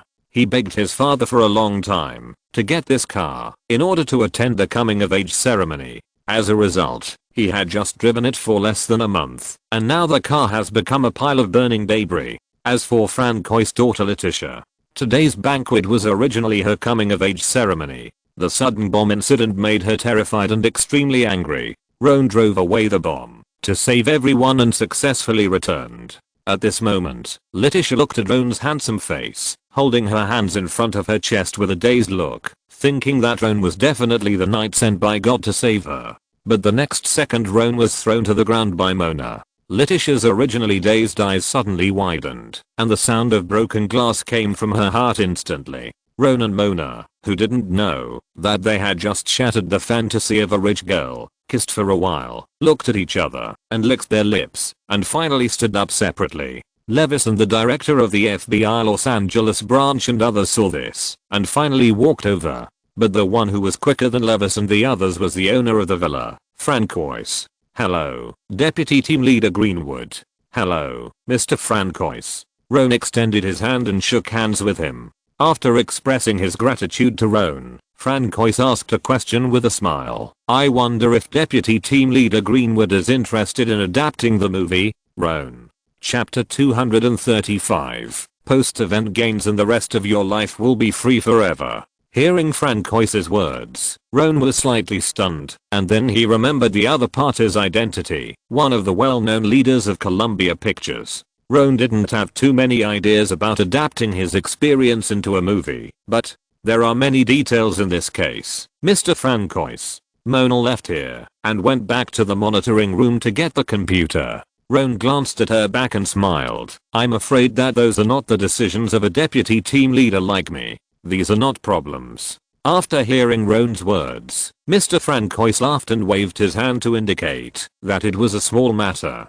Coincidentally, Lewis and the director of the FBI Los Angeles branch also came over, and Francois directly put forward his ideas and Roan's difficulties. 5 hours later, Roan, who had treated the wound on his arm, successfully sold his experience of solving cases in the past few days for $1.83 million after tax. In 2005, the highest price for the authorization of the Hollywood real-life story adaptation was only $1 million, but Roan successfully broke this rule. Of course, the two parties also signed a lot of agreements. Among them, Roan's most important request was that when Columbia Pictures filmed this movie, the male lead's appearance must not be much lower than his own. Columbia Pictures lawyer. According to the agreement, the $1.83 million belongs to Roan alone, and Mr. Francois also took out another $570,000 to pay other investigators in this case. Not only that, Francois also listed Roan as a lifetime VIP of Columbia Pictures. Not only can he receive gifts on various federal holidays, but he can also enter the movies shot by Columbia Pictures for free. That night, Roan grinned, holding a check for $1.83 million, and moved into the temporary apartment prepared by the FBI Los Angeles branch for their number 5 investigation team. The reason why Roan was so happy was not only because of the $1.83 million and lifetime VIP. The father of the owner of the Lamborghini he crashed was one of the major shareholders of the well-known Hilton Hotel in the Federation. When Roan went to express his apology, the other party kicked his son aside, waved his hand, and said that there was no need to apologize, and the FBI did not need to compensate. Then he stuffed Roan with a gold card, saying that as long as Roan stayed at the Hilton Hotel in the Federation, the rest of his life would be free forever. Other big guests at the banquet also stuffed Roan with a lot of lifetime discount cards, which almost included Roan's food, clothing, housing and transportation for the rest of his life. Not only that, Roan also got group photos and autographed photos of Hollywood male and female stars who participated in the banquet, including Will Ferrell, Johnny Depp, Ray Romano, Will Smith, Tobey Maguire, Tom Cruise, Denzel Washington, Matt Damon, Jennifer Aniston, Nicole Kidman, Cameron Diaz, Naomi Watts. Roan is not a star chaser, but the autographed photos of these stars are very valuable, so after returning to the temporary apartment, he bought an album to organize them all. The case came to an end. After listening to Roan's report, Vereen's in New York first praised Roan for his good work, reprimanded him for being too desperate, and finally whispered to him that he must never do such a thing again in the future. Then she waved her hand and gave Roan and the other two a 4-day vacation. Long live. In the apartment, after Roan hung up the phone and announced the vacation, Rhea looked at Roan with gratitude, and Lassie instantly raised her hand and jumped up. Thank you so much, Roan. I love you so much. Of the $570,000 paid by Francois, Mona received $120,000, and Rhea and Lassie each received $70,000. Seeing the gleam in Lassie's eyes, Roan raised his eyebrows and said with a smile, "It seems that you are not going to come back tonight." "That's right." Lassie ran back to her room, and in the blink of an eye, she changed into a nightclub style outfit and laughed. "I like California. Every girl here is passionate and unrestrained. It's simply heaven." After that, Lassie opened the door of the apartment and rushed out like a gust of wind. Mona closed the door speechlessly, and Roan turned to look at Ryder and smiled. "What about you, Ryder? What are your plans?" "I plan to call Evan later and ask her to fly here." Ryder grinned and gave Roan a bear hug to express his gratitude, and then said, "I haven't taken Evan out for a trip for a long time. This time I got $70,000 in 4 days of vacation, so of course I have to take Evan to have a good time for 4 days." Mona sat on the sofa next to her. Hearing this, she picked up a grape and put it in her mouth and nodded. Ryder is indeed a good man who cares about his family. Luo An was a little confused, tilted his head and asked, "What about your son?" Ryder waved his hand. "Evan's sister also lives in New York. Just ask her to help take care of him." Luo An. There are many flights from New York to Los Angeles. 4 hours later, Evan boarded the plane to here, and Ryder ran out of the apartment and began to plan and find a place for the future vacation. It was already dark, but Luo An and Mona were the only two left in the apartment, and they hadn't eaten dinner yet. Luo An thought about it and found a gold card of a well-known chain restaurant from the more than 30 cards in his wallet and took Mona to the Hermosa Beach Pier. The Hermosa Beach Pier is located in the Hermosa Beach on the coast of Los Angeles. Its soft and delicate sand and warm climate like spring all year round attract many tourists to visit. The Hermosa Beach Pier is a dating sanctuary for couples. Most of the restaurants nearby can see beautiful sea views. Many couples enjoy a romantic candlelight dinner here while enjoying the sunset and the ocean beach.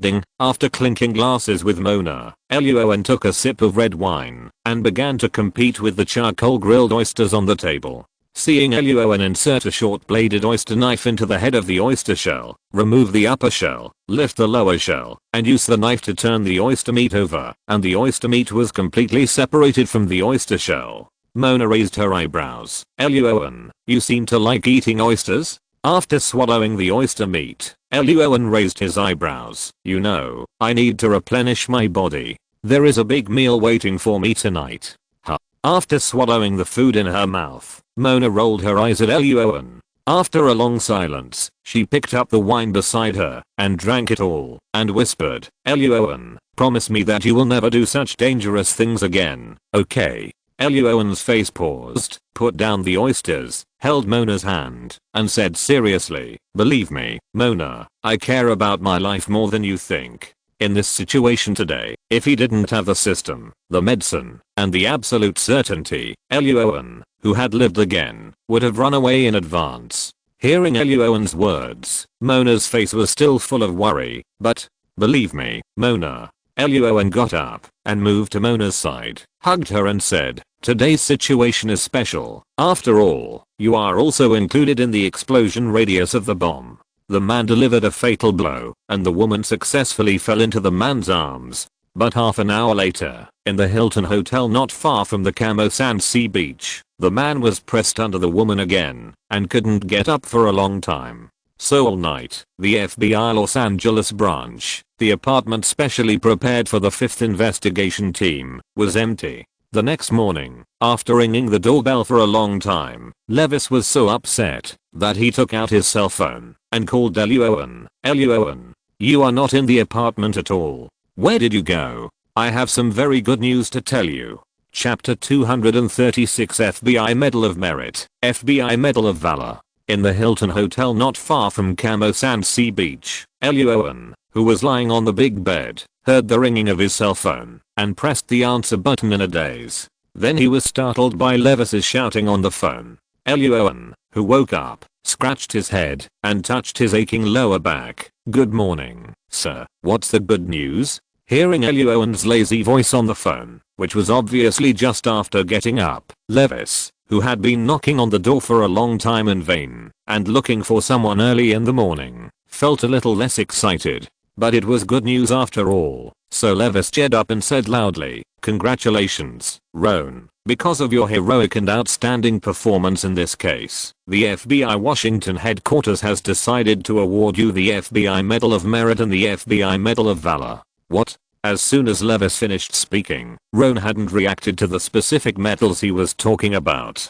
Mona, who was lying next to Roan and had just been woken up, exclaimed, FBI Medal of Merit and FBI Medal of Valor. Unlike Roan, Mona, who was born and raised in the federal government, whose father was a CIA, and who joined the FBI herself, was very familiar with these medals and other information. As far as she knew, the FBI established the Medal of Honor program in 1989 to recognize the outstanding behavior of FBI agents. The program has a total of 4 medals, namely the FBI Star, the FBI Medal of Merit, the FBI Shield of Bravery, and the FBI Medal of Valor. Among them, the FBI Star is awarded to those who are seriously injured in direct physical conflicts with criminals during the execution of the mission, injuries caused by weapons, gunshot wounds during the execution of the mission, or serious injuries that require large-scale emergency sutures or hospitalization. The FBI Shield of Valor is awarded for courageous behavior in major foreign cases that provide significant assistance to special task forces or undercover operations. These 2 medals have little to do with Luo An. After all, he did not go abroad to perform undercover missions, and he was not forced to be hospitalized due to severe injuries after the mission. The main medals related to Luo An are the following 2. FBI Medal for Meritorious Achievement, awarded in extremely challenging and responsible missions, in criminal or national security cases, or in the execution of missions. The federal government announced that the agent who received this medal is named Harold Bickmore, a retired senior agent. He was awarded this medal for saving a 16-year-old girl who had lost her breath and was bleeding at the scene of a traffic accident on a 4-lane highway. The FBI Medal of Valor recognizes heroic acts that sacrifice personal safety and life. Such acts must occur in the direct performance of duties, or within the scope of the FBI's work, and in the face of criminal opponents. The federal government announced that the agent who received this medal was named Robert. He and 3 other agents were arresting a fugitive who shot at them. Murtaugh was awarded the medal for risking his life to protect his colleagues. In this bombing case, Roan not only led the team to search for clues, find the truth, and catch the murderer, but also took away the terrifying bomb alone, and saved the service staff, guests, and FBI internal agents in the entire villa area. After the case was over, Lewis immediately applied for the FBI Medal of Valor for Roan at the FBI Washington headquarters. At the same time, Verines also applied for the FBI Medal of Merit at the FBI Washington headquarters. Because of Roan's outstanding performance and Mr. Clement's strong support, the FBI headquarters finally made an exception and decided to award Roan not only the FBI Medal of Valor, but also the FBI Medal of Merit. These medals have always been considered one of the highest honors awarded by the FBI, but at this time, Roan alone received 2 medals at the same time. After listening to Mona's introduction, Roan also understood the value of the 2 medals, and hurriedly got up from the bed and grinned. "Thank you, sir. You're welcome. You deserve it." Levis, who left the apartment, got into the car and laughed. If Roan snatched the bomb alone yesterday and saved so many people desperately, he couldn't get a medal, then what is the use and value of these medals? The only thing that Levis didn't expect was that the headquarters actually decided to award Roan 2 medals at the same time. Many FBI agents have worked for decades and cannot get one of the medals. But thinking of Roan's heroic performance in solving the case in the past 2 days, Levis also agreed with the fact that he received 2 medals at the same time. However, when he thought about the fact that Roan was such an excellent person, but he was a subordinate of Verines, and Roan had not deviated from Verines' ideas and attitudes, Levis felt bitter in his heart and sour in his mouth. Envy. Jealousy. After chatting with Levis briefly, Roan called Verines again to express his gratitude. Verines and Mr. Clement behind her must have contributed to the fact that Roan received 2 medals at the same time. Otherwise, how could an ordinary FBI grassroots agent with no background be valued by the Washington headquarters? Unless he saved the president like in the movie. You deserve it, Roan. Verines' attitude was the same as Levis's, and she also smiled and said that Roan's performance was worth an exception from Washington. The two chatted for a few words, and Verines then gave Roan a few more strict instructions, saying that he must not do this again in the future, and then asked Roan to enjoy these few days of vacation, and then hung up the phone. At this time, Mona had left the bed and entered the bathroom, so she called Augustus again. After chatting for a while, Luo An threw his phone away, opened the bathroom door and rushed in. "Wait a minute, Luo An. I'm washing up." "What are you washing?" "Let's wash together later." As time went by, it was already afternoon. He called the restaurant last night to reserve a table and said he would be there soon. After taking a shower, Mona went out to sort out her clothes, while Luo An opened the system in his mind while taking a shower. It was still the familiar light blue page, but what surprised Luo An was that the system gave him an evaluation of excellent this time. At the same time, after a rough cutscene, the system treasure chest actually opened a full 6 bottles of potions. Luo An's mouth corners slightly raised, and a hint of enlightenment appeared in his eyes. It seems that excellent is 4 bottles, very excellent is 5 bottles, and excellent is 6 bottles. Then Luo An was also a little curious. Above excellent is very excellent, and above very excellent is excellent. What about above excellent? Is there a higher evaluation? But then he thought, if he was rated as excellent, he would have to be in close contact with bombs. Then for those rated above excellent, Luo An felt that he might have to be shoulder to shoulder with missiles. Then he thought about his future status getting higher and higher. The various social classes in the Federation would start to both like crazy, and the 2 parties in the political arena would also start to dance like demons. Luo An felt that he might have a chance to come into contact with the Federation's nuclear bombs. but thinking of the big mushroom that covered the sky, Luo An quickly shook his head and began to carefully check the 6 bottles of potions opened from the system treasure chest. If you're listening to this novel on a channel other than Fanfic World, it means they downloaded and uploaded it without effort. We cordially invite you to visit our channel, Mundo Fanfic Novelos. There you'll find the original version of this story and you can explore many other novels of various genres. We're waiting for you to immerse yourself in a world of incredible novels. Chapter 237 System Treasure Box. Goji berry soaked in water. First Lady writes a letter. Open the system's warehouse page, and there are more. Hemostatic Potion X2, Analgesic Potion X1, Sensitive Potion X1, Antidote Potion X1, Featherfall Potion X1. In the previous, former number 5 investigation team female detective murder case, Luo An drank a bottle of tracking potion. Afterwards, Luo An not only caught the murderer, but also found that tracking potions and sleeping potions are disposable potions. In this First Lady auction bombing case, when Luo An was driving to transfer the bomb, in order to protect himself, he drank a bottle of Swift Potion and ran as fast as possible, and drank a bottle of Hemostatic Potion and a bottle of Analgesic Potion to prevent himself from losing too much blood and causing accidents. The situation after the explosion proved that the Swift Potion was indeed very useful. Luo An's running speed was extremely amazing.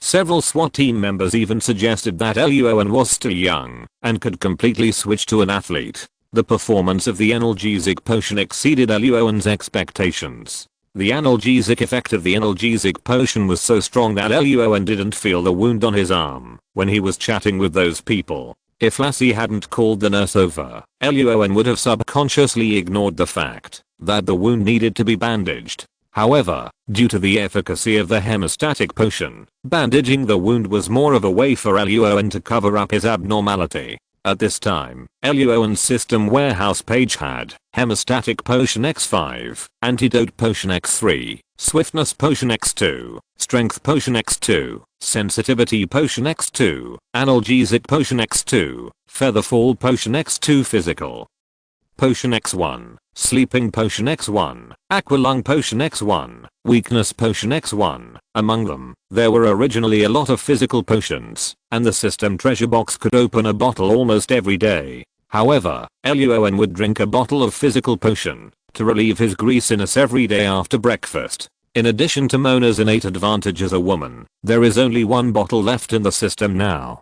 At the same time, the Danger Sense potion that the system had prescribed before was also poured into Luo An's stomach before he flew from New York to Los Angeles. There was no way. After all, Luo An traveled through time when he was on a plane to visit the island country. In addition, the plane itself left the ground and flew in the sky, so Luo An was a little bit uneasy about taking the plane. After drinking the Danger Sense potion, if the plane really had an accident in the air, Luo An, who had lived again, felt that he could be prepared in advance, and the chance of survival would be greater.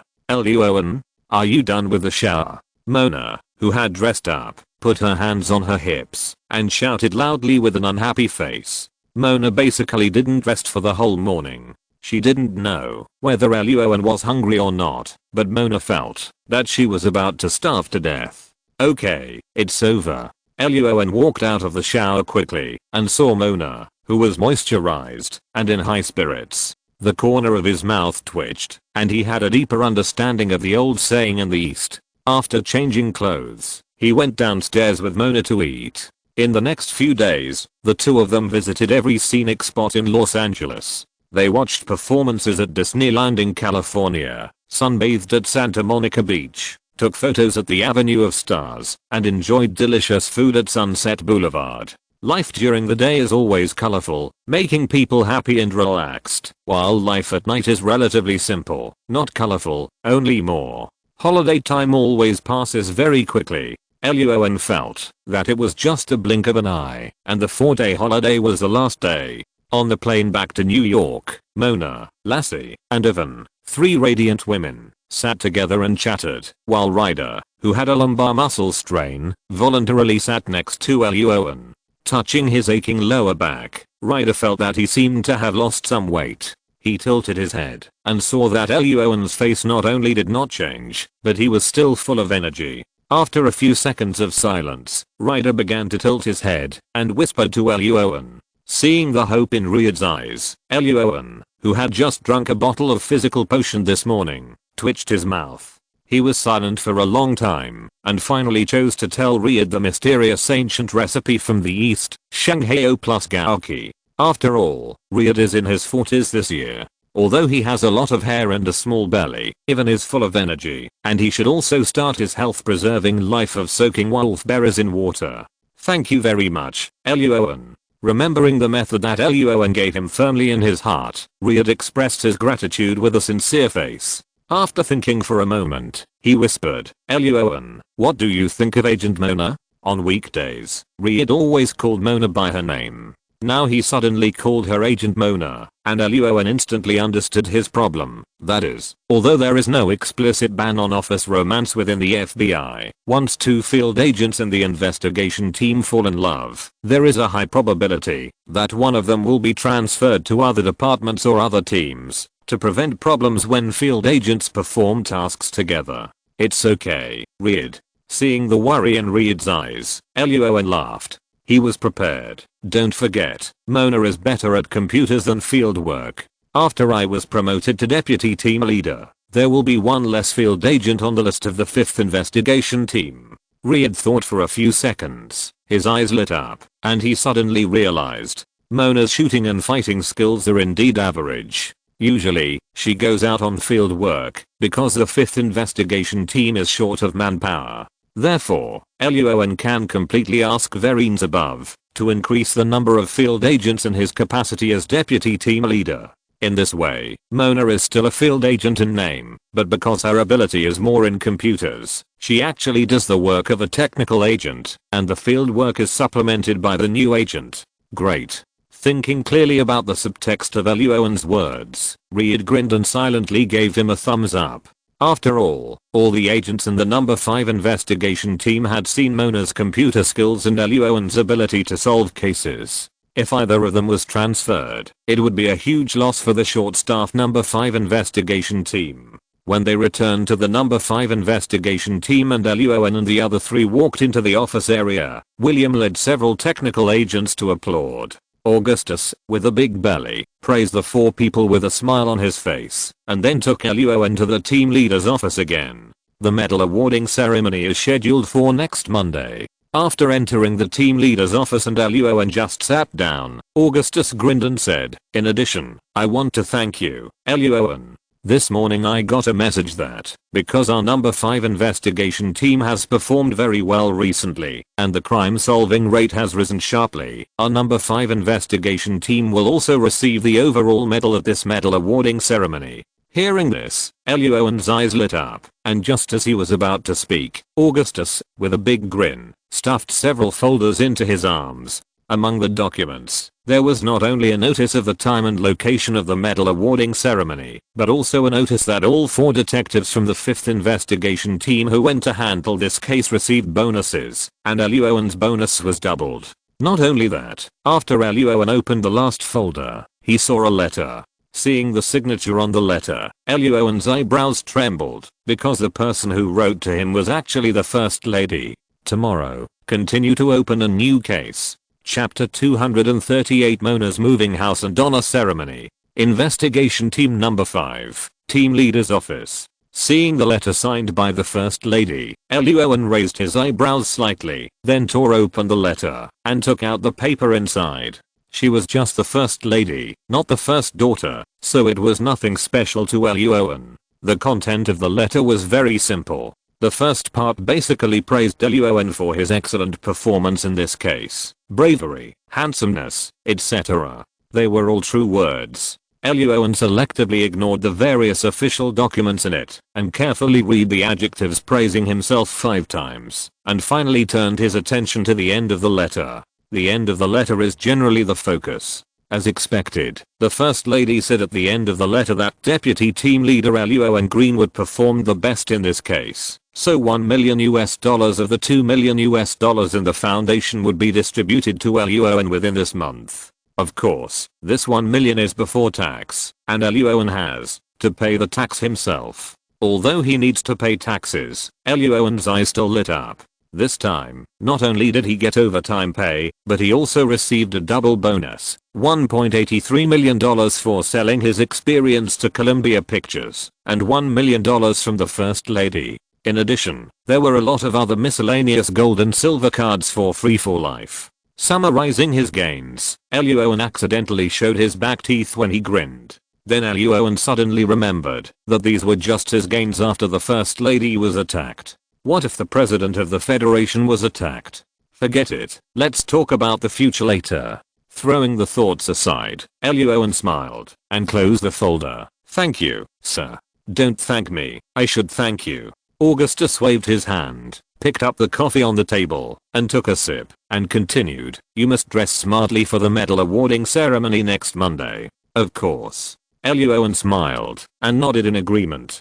After the two continued to chat for a few more words, they got up and left the team leader's office. After handing the bonus notice to Mona, Lassie and Ryder, and rejecting Ryder's invitation to attend a barbecue party at his house tomorrow, Roan sat back at his workstation, picked up a cup of coffee, turned on his computer, and logged into the community to start the online battle. Because the last place where the bombing took place was Los Angeles, and if Los Angeles did not contribute, it would not be able to get a share of the foundation established by the First Lady, so the follow-up of the bombing had nothing to do with Roan's number 5 investigation team.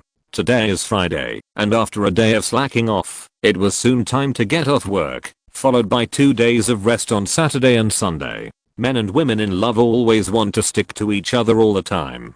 For 2 whole days, Roan and Mona did not leave the house. This time, the location of the two people's battle was no longer Mona's house, but the small apartment Roan bought in Greenwich Village. On Sunday night, Roan drove Mona back to her small house to get daily necessities. Roan carried several big black bags into the car. Mona picked up the bags, but did not leave immediately. She stood at the entrance, looking at the house in silence. Roan stood beside her and looked over there, trying to ease Mona's possible anxiety. The house will not move away. Mona, you can come back anytime to have a look. Mona took a handbag from Roan with a complicated look. When I bought this house, I actually hesitated for a long time and considered it for a long time.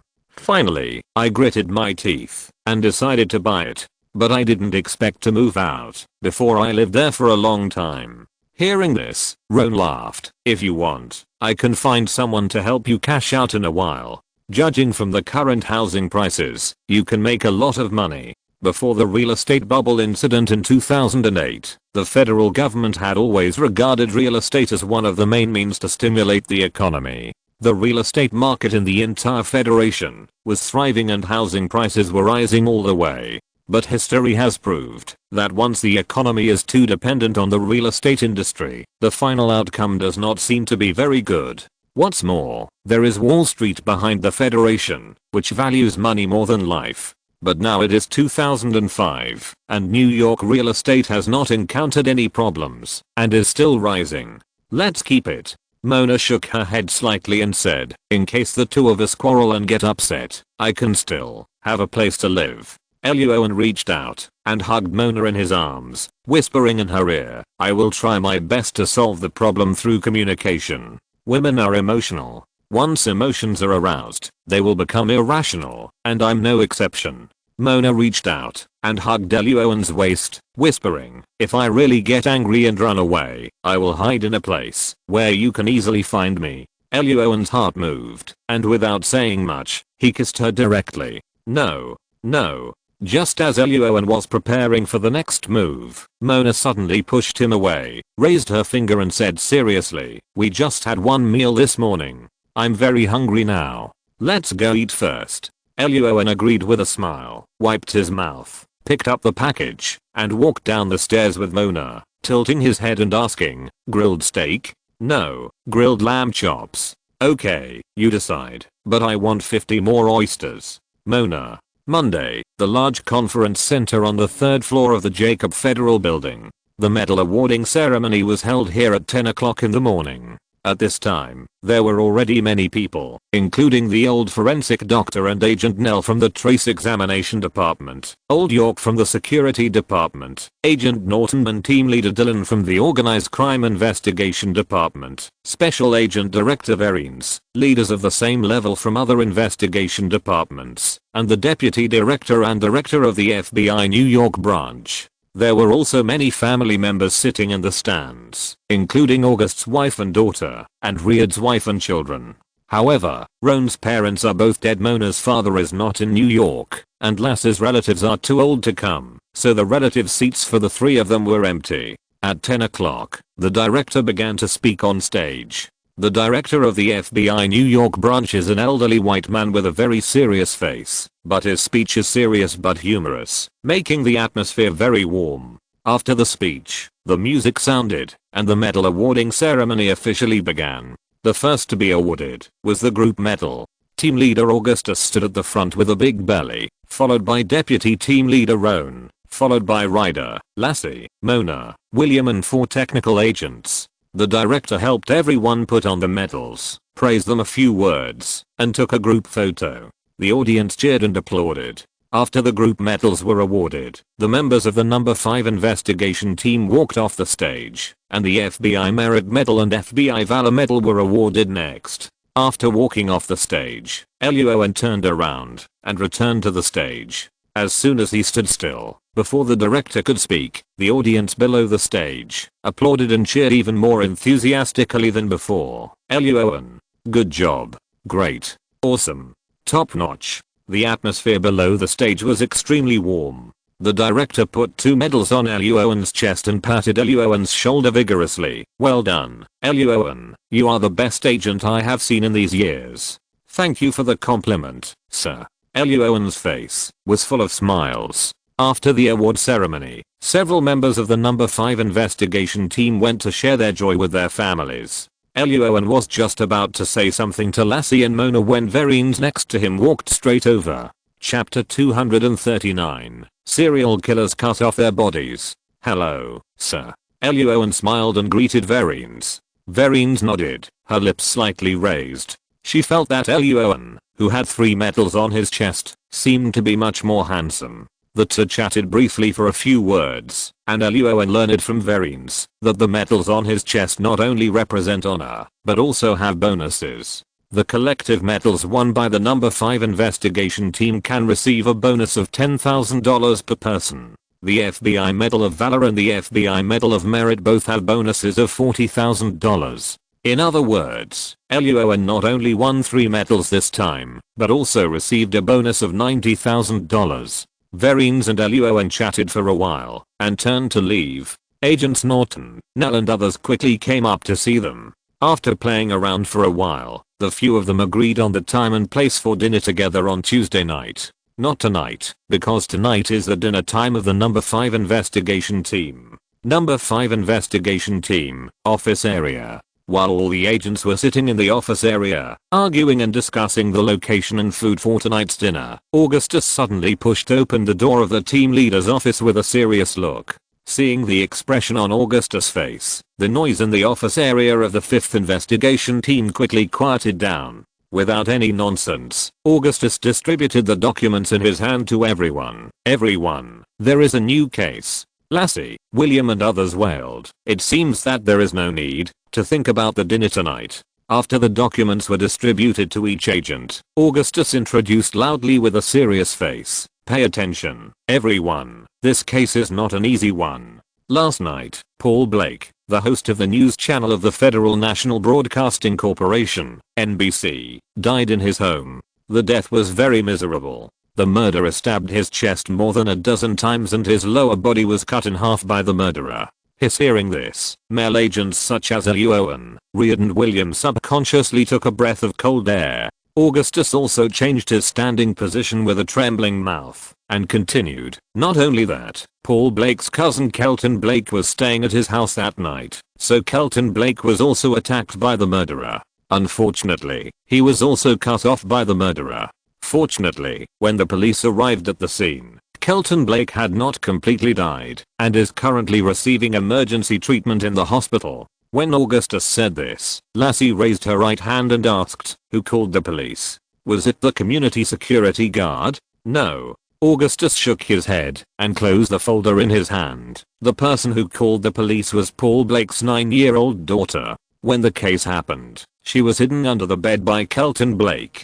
Hearing this, the detectives of the number 5 investigation team all looked very ugly. Her father was killed in front of her eyes, and the bloody shadow might cover this little girl's life. This case was handed over to us because there are 2 other victims who died in the same way as Paul Blake. This is a serial murder case. Augustus took out 2 other folders from behind and handed them to everyone, saying, "The first victim is a real estate agent, Orson Chet, who died half a month ago at home. The second victim is the owner of a hotel, Hogan Jamie, who died 10 days ago at home. The way they both died was the same as Paul Blake, with multiple stabbings in the chest and their genitals cut off. All 3 victims are rich people." After reading the information in her hand, Mona said thoughtfully, "And all 3 of them lived in townhouses in high-end communities." "That's right, 3 rich people, killed with knives in their own homes." Augustus nodded, then turned to look at Roan. "Roan, it's up to you next." "Okay." Throwing the folder aside, Roan picked up the coffee on the table and drank it all, saying, "Ryder, go to the trace examination department and ask them to carefully examine the wounds of the 3 bodies to determine the habits of the murderer and whether the murderer is the same person. Mona, you and William carefully investigate the personal information of the 4 victims, focusing on their emotional state and whether they have ever spent money to buy fun. If so, who is the person who serves them, and whether that person has conflicts with them. The genitals of the 4 victims were cut, and the reason for the murder was definitely related to bed or sex." "No problem." William nodded and agreed, while Mona asked, while typing on the keyboard, "Do you want to investigate Kelton Blake too? I feel like he was just implicated by his cousin." Luo An shook his head. "Let's investigate it. No one can say for sure about this kind of thing." "Okay, I'll listen to you." Mona didn't say much, but just typed faster. Augustus nodded when he saw everyone getting busy, then took out a car key from his pocket and threw it to Luo An. "This is a new car I just replaced for our number 5 investigation team a few days ago. Drive it carefully." Bang. Hearing this, Roan's eyes lit up. After receiving the key, "Don't worry, sir, I will definitely drive carefully." 10 minutes later, Roan drove a brand new SUV, rushed out of the parking lot like lightning, and began to perform various thrilling and exciting curve overtaking on the roads of New York. Seeing Roan's face full of joy, Lassie, who was sitting in the passenger seat, didn't say much, just closed her eyes and then fastened her seatbelt tightly. She planned to go back and make a bet with the agents of the number 5 investigation team. The content of the bet was how long this car could last in Roan's hands. Augustus. Not long after, Roan and Lassie arrived at the home of the victim Paul Blake. Opening the car door and getting out, Roan patted the hood of the SUV with a smile on his face. "This car is really nice." "Yeah, it should be enough for you to cause trouble for a while." Lassie rolled her eyes after getting out of the passenger seat, stretched out her hand and shook hands with the oncoming NYPD. "Hello, Agent Lassie from FBI Investigation Team 5. "Hello, Agent Lassie, my name is Chuck." The NYPD's eyes lit up when he heard this, and they turned to look at Roan. "Then you must be Deputy Team Leader Roan Greenwood of Investigation Team 5. I've heard of you from Detective Walton." Because of his performance during this period, Roan is now considered a celebrity in various law enforcement departments in New York.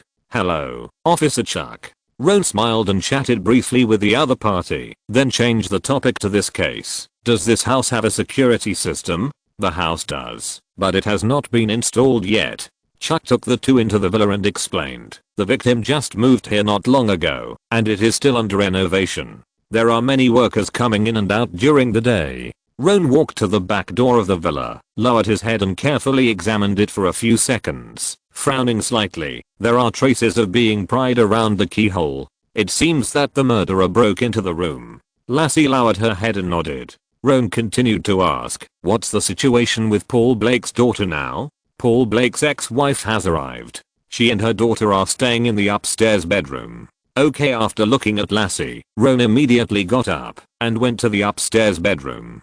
As the victim's ex-wife, she should know something about Paul Blake's love life. Chapter 240. Girl, white, from wealthy area, 10 years old. The bedroom on the second floor of the villa. The ex-wife of the deceased Paul Blake was named Diana, a young white woman dressed very revealingly, coolly. When Roan and Lassie walked upstairs, she was smoking a lady's cigarette while hugging her daughter and whispering, "Hello, Ms. Anna." Roan and Lassie took out the FBI's golden badge to indicate their identities and then began to ask about the relevant content. I didn't expect this to happen. Anna opened her mouth and blew out a puff of smoke, crossed her legs, hugged her daughter and said, "My daughter has experienced too much during this period. First, I cheated on her and got divorced, and then her father died. This is really too difficult for her." Because Anna was dressed too coolly when she crossed her legs, Lassie could even see her center point and similar panties. In addition, Anna herself was not bad, so when Lassie took out the small notebook to record the words, her eyes always wandered uncontrollably. Roan slapped Lassie's arm hard, and he was actually a little speechless. It was the first time he saw a woman talk about her cheating so confidently. But this is the Federation. How can Anna get her freedom? Luo An chatted with her briefly, and then turned his attention to her daughter, Kelly, in her arms. I was sleeping at the time. Kelly's mood obviously did not recover.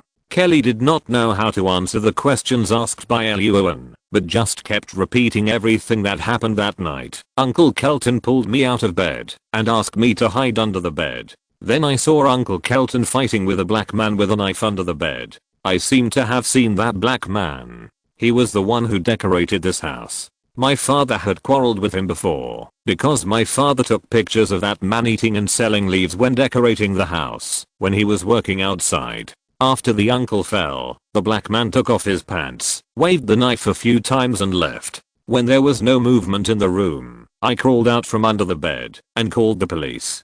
Kelly said that the words she said when she called the police were a few words her father had taught her before. Girl, white, 10 years old, living in a high-end community, rich area. Someone wants to kill her. Please help. As expected, the NYPD arrived at the villa in less than 3 minutes. There were a lot of complaints about Kelly's last words. Lassie opened her mouth, but didn't know what to say. Also, Kelly said the murderer was a black man, but black serial killers are really rare. Roan, who was next to him, rubbed his temple.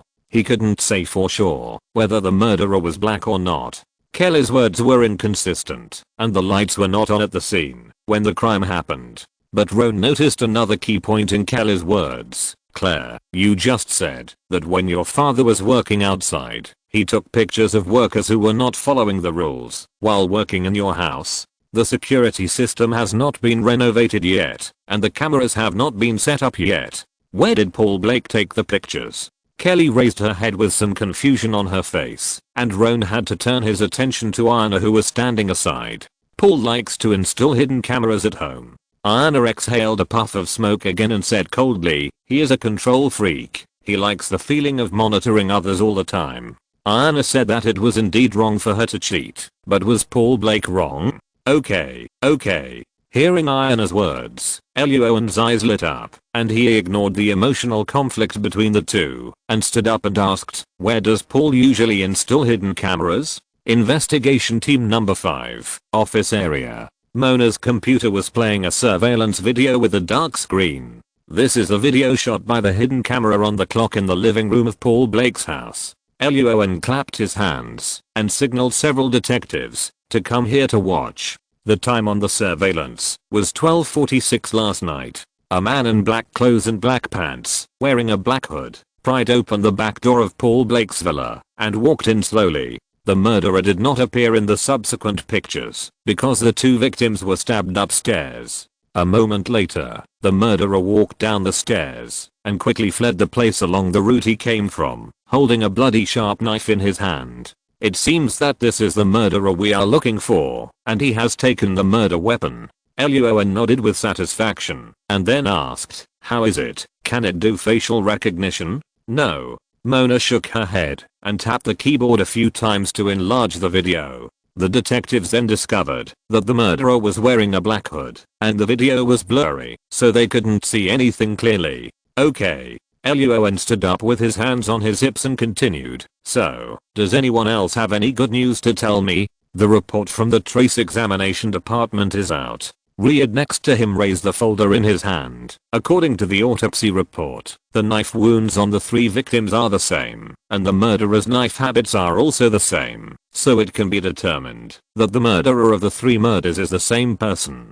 So now it can be 100% certain that this is a serial murder case, but this is not good news. Luo An picked up the coffee on the table and took a sip, then turned to look at William and other technical agents. What about you? Is there any good news? Of course. William laughed, picked up a few pieces of paper from the table and said, according to your request, Mona and we dug deep into the conditions of the 3 people and then found that they had called the same person many times recently. According to the investigation, the owner of this phone is named Magdalena, 57 years old, a mother who specializes in providing high-end prostitutes for wealthy men. He took the paper from William, which contained a photo of Magdalena. Although she was 57 years old, she still had charm and a good figure. Under the photo, there was Magdalena's life motto, one of which was a woman's body is an asset. Since it is an asset, it must be well maintained and sold at a good price. At the same time, Magdalena also despised those women in the streets and alleys who had no economic awareness at all. She said that, since they all opened their legs, why not improve themselves to make more money? Luo An scratched his head, not knowing how to comment on Magdalena's words. However, thinking that this is the Federation, the atmosphere of freedom is everywhere, Magdalena's thoughts are nothing. Shaking the papers in his hand, Luo An continued to ask, so, what you mean is that the murderer may be related to the women under Magdalena? Mona shook her shoulders. We can't find the specific information of the women under Magdalena, but it is said that most of the women under Magdalena are part-time workers. They have their own lives and boyfriends on weekdays. What if one of the boyfriends discovered the other side of his girlfriend, and these 3 victims were all served by that woman? The fire of jealousy and anger is enough to completely ignite a man. Luo An nodded.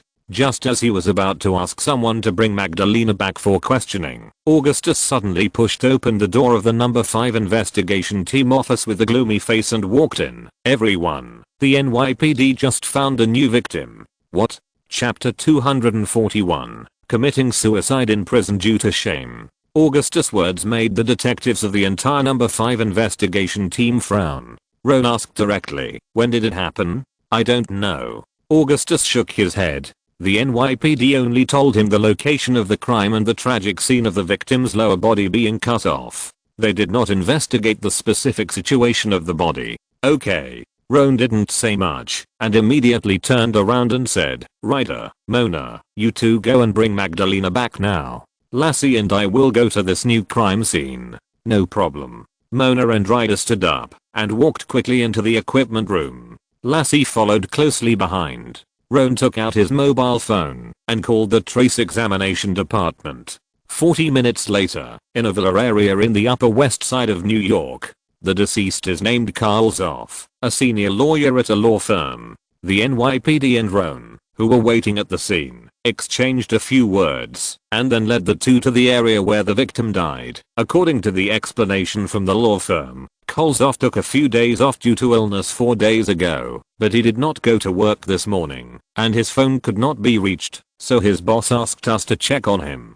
Going up to the 2nd floor of the villa, Kolzoff died in the study, and the cause of death was also a large number of knife wounds on the chest, and his lower body was also horrible. Lassie glanced and turned around to check other clues, while Roan began to carefully check around the body and asked, does this house have a security system? The NYPD did not answer. An agent from the trace examination department nodded, picked up the laptop in his arms and said, there is one, and the surveillance camera at the back of the house captured the murderer's figure. Roan stood up and looked at the computer in the other's hand. There was a man with the same figure, wearing black clothes, black pants and a black hood, and even the method of picking the lock was the same. But the surveillance camera also failed to capture the face of the murderer. The 4 victims died 15 days ago, 10 days ago, 4 days ago and yesterday. This murderer is really. After the video was played, Roan smacked his tongue, not knowing how to describe this serial killer.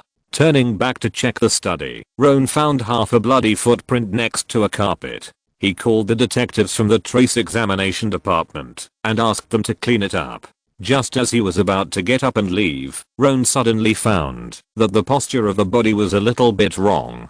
According to the trace examination department and the judgment of the NYPD just now, the victim Karlzoff should have died about 3 to 4 days ago. After 2 to 3 days, the body will begin to rot from the abdomen of the human body, and the gas left after decomposition will cause the body to swell. After 3 to 4 days, the rot will begin to spread from the abdomen, and the veins will become more faded. At this time, Karlzoff's body did begin to swell, but the extent of the swell seemed to be a little beyond normal. Roan scratched his head and was about to speak to the agent of the trace examination department in the study when Lassie's voice suddenly came from the bedroom not far away. "Roan, come here for a moment." "Okay." Walking into the bedroom, an agent of the trace examination department was checking Karlzoff's laptop while Lassie was looking at a big black box with a strange expression. Seeing Roan coming, Lassie showed the items in the big black box to Roan. Roan looked down and found that the big black box was full of various toys. Roan's mouth twitched and he turned to look at Lassie. "Is it because of your lesbian nature? How can you always find these things?" The last time he went to the house of Cadden Smith's sister who stole the bomb, Lassie also found a bunch of items under the bed in Cadden Smith's basement that Roan felt uncomfortable with. HMPH. Giving Roan a cold look, Lassie took out a small box from the big black box and said, "This is the latest model that just came out this year, and it can be controlled remotely. I thought I could find the remote control here at Karlzoff, but I didn't." Roan's mouth twitched, as if he had thought of something. Lassie didn't see the expression on his face. She pointed to the trace examination agent next to her and said, "We just found some chat records and photo screenshots in Karlzoff's laptop." And then, okay, no need to say." Roan waved his hand with a complicated expression. He seemed to understand why the corpse had grown so much. "So, Lassie, what you mean is that Karlzoff is a homosexual?" "It may be, but it's hard to say." Lassie nodded and then shook her head. "I don't understand what these rich people think. Maybe he just wants to try new things." "Okay." Luo An nodded. He didn't understand what these people were thinking, so he turned around and asked the 2 trace examination agents in the study to pay more attention to the exit of the body when they were moving it. Then he took out his cell phone and called Mona. "How is it? Have you caught Magdalena?" "Well, things are a bit complicated now." Mona on the other end of the phone had a strange look on her face. "The 2 of us have successfully brought Magdalena into the interrogation room, but before it and I could start the interrogation, Special Agent Director Veronis came to our investigation team number 5. Veronis said that just now, a certain director of the NYPD, a certain leader of the Department of Homeland Security, a certain leader of the Ministry of Science and Technology, a certain leader of the Drug Enforcement Administration, the Deputy Mayor of New York City, a member of the New York City Council, and the Deputy Director of our FBI New York branch all called her to inquire about the relevant circumstances of this case. So Veronis didn't let read, and I interrogate Magdalena now, and had to wait for you to come back." Luo An. After listening to Mona's description, Luo An's face twitched, and he felt a pain in his balls. He remembered a piece of news from his previous life. In 2008, a federal jury indicted a middle-aged white woman named Palfrey, nicknamed Mrs. Washington, for running a prostitution ring. According to the news at the time, Palfrey's Pamela Martin Escort Company in Washington was suspected of providing pornographic services. Palfrey not only earned more than $2 million in illegal income from it, but her clients were mostly political elites in Washington, including assistant secretaries of state, congressmen, NASA officials, naval officials, World Bank staff, IMF managers, lawyers, etc. In order to force those important people to come out and provide favorable testimony for her, Palfrey once provided a batch of important customer phone records to the media and said that she would never go to prison. At the same time, Palfrey also said, "I will definitely not go to federal prison, whether it is 4 years or 8 years. If necessary, I will take all those clients in." After offending so many people, Palfrey's fate can be imagined. In the end, as expected, due to shame, Ms. Palfrey chose to commit suicide in prison only 10 days before the court trial. Luo An didn't want to know whether Palfrey committed suicide or not. He just wanted to know one thing now. What is the situation with this Magdalena? The time is now 2005. Could it be that this New York is Magdalena, Palfrey's predecessor in Washington? If he interrogates Magdalena and finds something unrelated to this case, then, returning to the Savannah Jacob Federal Building, Luo An immediately took out his mobile phone and called Vereen's. It's time to ask the Thai for his thoughts and opinions. Chapter 242 Scandal that happened ahead of time. Jacob Federal Building, Office Area of Investigation Team 5. Vereen sat with legs crossed in the monitoring room next to the interrogation room, watching Magdalena in silence. Dung. Dung. Dung. Come in. Hearing Vereen's words, Roan pushed open the door and walked into the monitoring room, smiling. Good afternoon, sir. Vereen twisted her chair and turned around, folding her arms in front of her chest and said expressionlessly, Roan, you really gave me a big surprise. Roan spread his hands. He had never thought that there would be so many people behind Magdalena to support her. Not for her, Roan. Vereen handed Roan a folder with a black confidential clause and said seriously, in fact, our FBI New York branch has been monitoring Magdalena because of something. It's just that the time has not come yet, so we haven't done anything to her. Opening the folder, Roan saw a familiar name, Deborah Palfrey. According to the data, Magdalena and Palfrey have a master-apprentice and sister relationship. When the two women were young, they were under the control of the same gang and engaged in economic activities of measuring the length of society with their legs spread open. Later, the gang was destroyed, and these female technical workers under its command naturally ran away. Magdalena first fled to New York to continue her old business, and she was very thoughtful in combining her own advantages, proposing advanced concepts, opening up new markets, and increasing her assets, completing the industrial transformation. Palfrey came to New York to join her sister because she was not doing well in other places. Then, of course, she learned Magdalena's advanced concepts, saved a sum of money, and ran to Washington to open an escort company called Pamela Martin. Not only that, Palfrey also updated and upgraded the industry based on Magdalena's theory. Women working in the Pamela Martin escort company must be at least 23 years old, at least graduated from college, and have a normal daytime job, and there are many professional women who already have a good salary. Moreover, these girls are required by Palfrey to have outstanding appearance, decent clothing, appropriate jewelry and exquisite details. For example, even the heels must be beautiful. At the same time, Palfrey also stipulates that these girls cannot drink or eat during the work period and must be strictly punctual. How could such a woman not be noticed by the FBI? The reason why the FBI has not taken action is only because of the senior officials in Washington, and no one has taken the initiative to lift the lid. Then Roan accidentally caught Palfrey's master, Magdalena. Roan. After reading the information in the folder, Roan felt very upset. Did he alert the enemy? He really didn't expect that he would be involved in a well-known scandal in federal history one day. Seeing the expression on Luo An's face, Vereen raised her lips slightly, took a sip of coffee, and said in a calm voice, "Don't worry, Luo An, since the snake has been alerted now, there is no need to cover up this matter." Vereen said that she had just called Mr. Clement in Washington. Clement thought for a long time and promised to send someone to arrest Palfrey and deal with the Pamela Martin escort company in the near future. If nothing unexpected happens, this scandal that happened in 2006 to 2008 in the previous life will be brought forward to 2005 this time. Luo An was relieved when he heard that Mr. Clement took over this matter. It's good to have a big Thai behind you. Otherwise, if I was just a small grassroots agent, but I opened this lid, who knows what will happen next. Closing the folder, Luo An smiled. "Thank you, sir. You're welcome." Vereen waved her hand. This kind of thing is indeed a big scandal. After it is exposed, it will definitely cause panic among some people in Washington. But for Mr. Clement, an old fox who has worked in Washington for decades, he can definitely exchange a lot of benefits for his camp through this matter.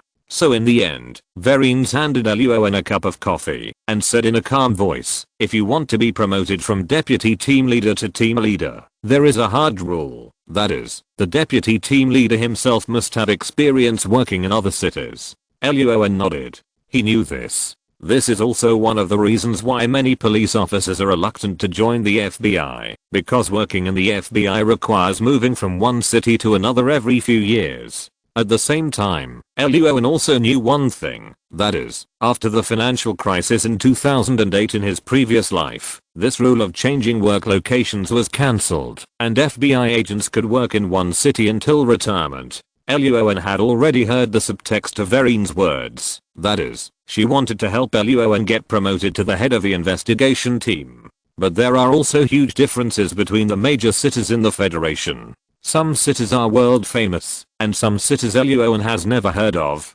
So, what does the chief mean? Next month, our New York branch will have a quota to exchange work locations with the Los Angeles branch. Verines handed another document to Roan. The time limit for exchanging work locations is 3 years, but if you perform well, and the Washington headquarters also issues a transfer order, you can be transferred to another city again after 1 year. Roan's eyes lit up when he heard this. It was not difficult to understand what Verines meant. That is, let Roan go out to brush up his qualifications for a year and then come back to be promoted to the head of the investigation team.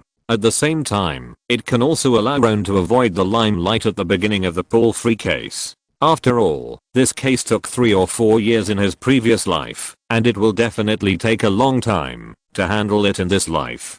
Seeing the understanding on Roan's face, Verines nodded with satisfaction and finally took out a business card from her pocket and handed it to Roan. This is the contact information of the head of the Criminal Investigation Division of the FBI Los Angeles branch. You should contact him more often later. Roan was familiar with the name on the business card and always felt that he seemed to have seen it somewhere. However, Luo An was not in a hurry about this matter, so he could put it aside for now. What Luo An wanted to know was another thing. Sir, how many places are there? One person, or the entire investigation team? This was very important. Luo An did not want to go to Los Angeles alone.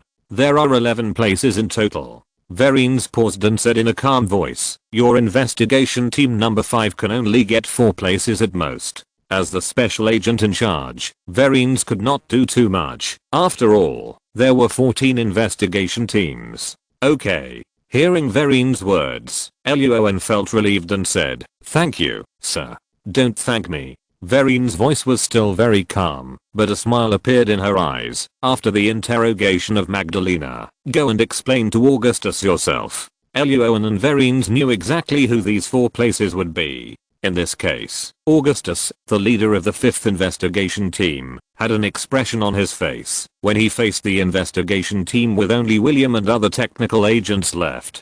Verines raised her lips slightly, turned her chair, and began to check on Magdalena in the interrogation room. Thinking of Augustus's big black face that was darker than the bottom of a pot, Luo An's mouth twitched. Sir, you can't do this, sir. Chapter 243. Found the murderer and went to arrest him. The good news is that Verines was just joking with Roan. She had just told Augustus about the quota, so Roan didn't need to tell him in person.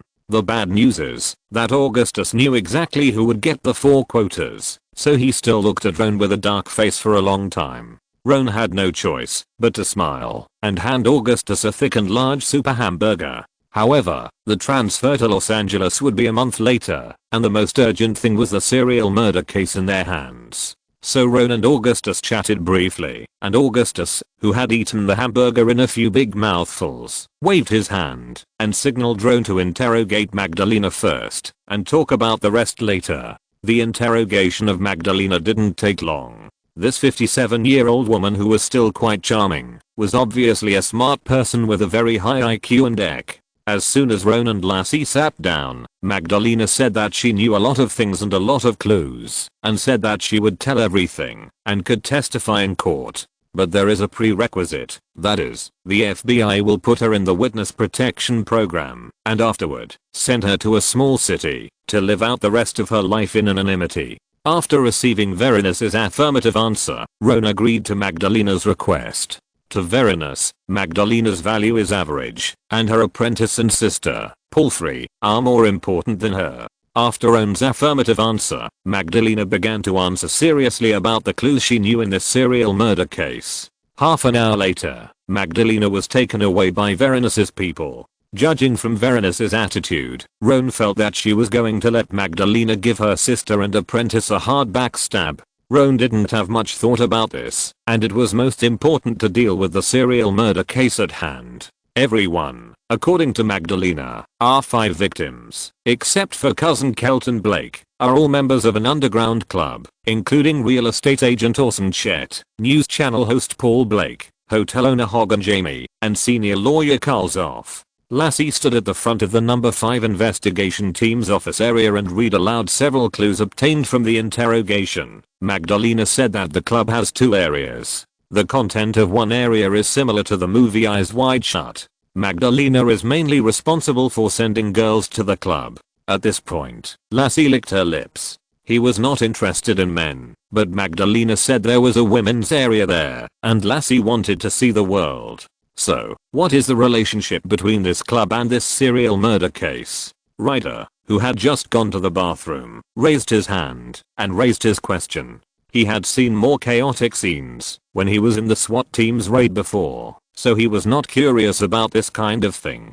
Hearing Reed's question, Luo An, who had been looking down at the information without saying anything, stood up and said, "The second area of the club is related to finance. The people in that area are all rich people. They always discuss investment, stocks, bonds and other information while playing cards, helping each other and making money together. As for whether this club is related to this case, Mona and William are investigating. Of course it is related." After Luo An finished speaking, Mona immediately tapped the keyboard hard, then looked up and smiled. According to the information in the underground club, the 4 dead often played cards with one person. That person's name is Richard Meyer, 37 years old, and the owner of a textile factory. I just checked Richard Meyer's financial situation, and found that his textile factory had gone bankrupt 2 months ago. The main reason for the bankruptcy was that Richard Meyer misappropriated the working capital of his factory to buy a stock, and as a result, the stock fell all the way to the bottom, and never rose at all.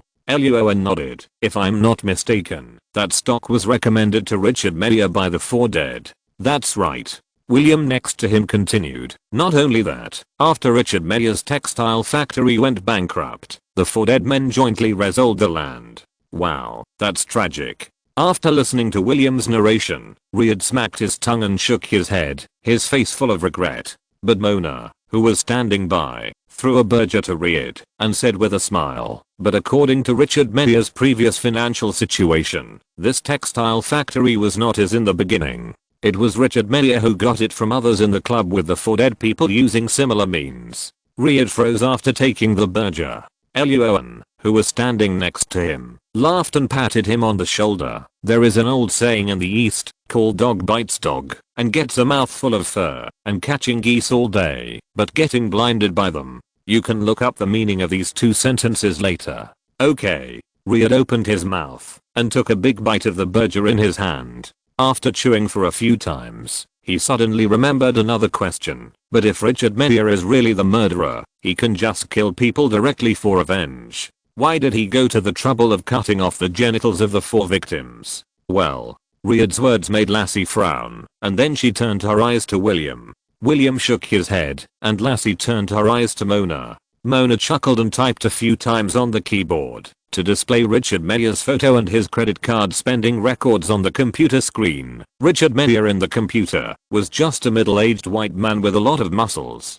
But his credit card records showed that he had bought the same toys that Roan and Lassie found in the black box at the home of the 4th victim, Carl Zoff. So, Richard Meyer is probably a gay man. Lassie nodded suddenly, and Reed took a big bite of the burger in his hand. Roan frowned slightly, but taking Richard Meyer back to the number 5 investigation team for questioning was definitely the best option, so he patted Mona on the shoulder and asked, "Where is Richard Meyer now?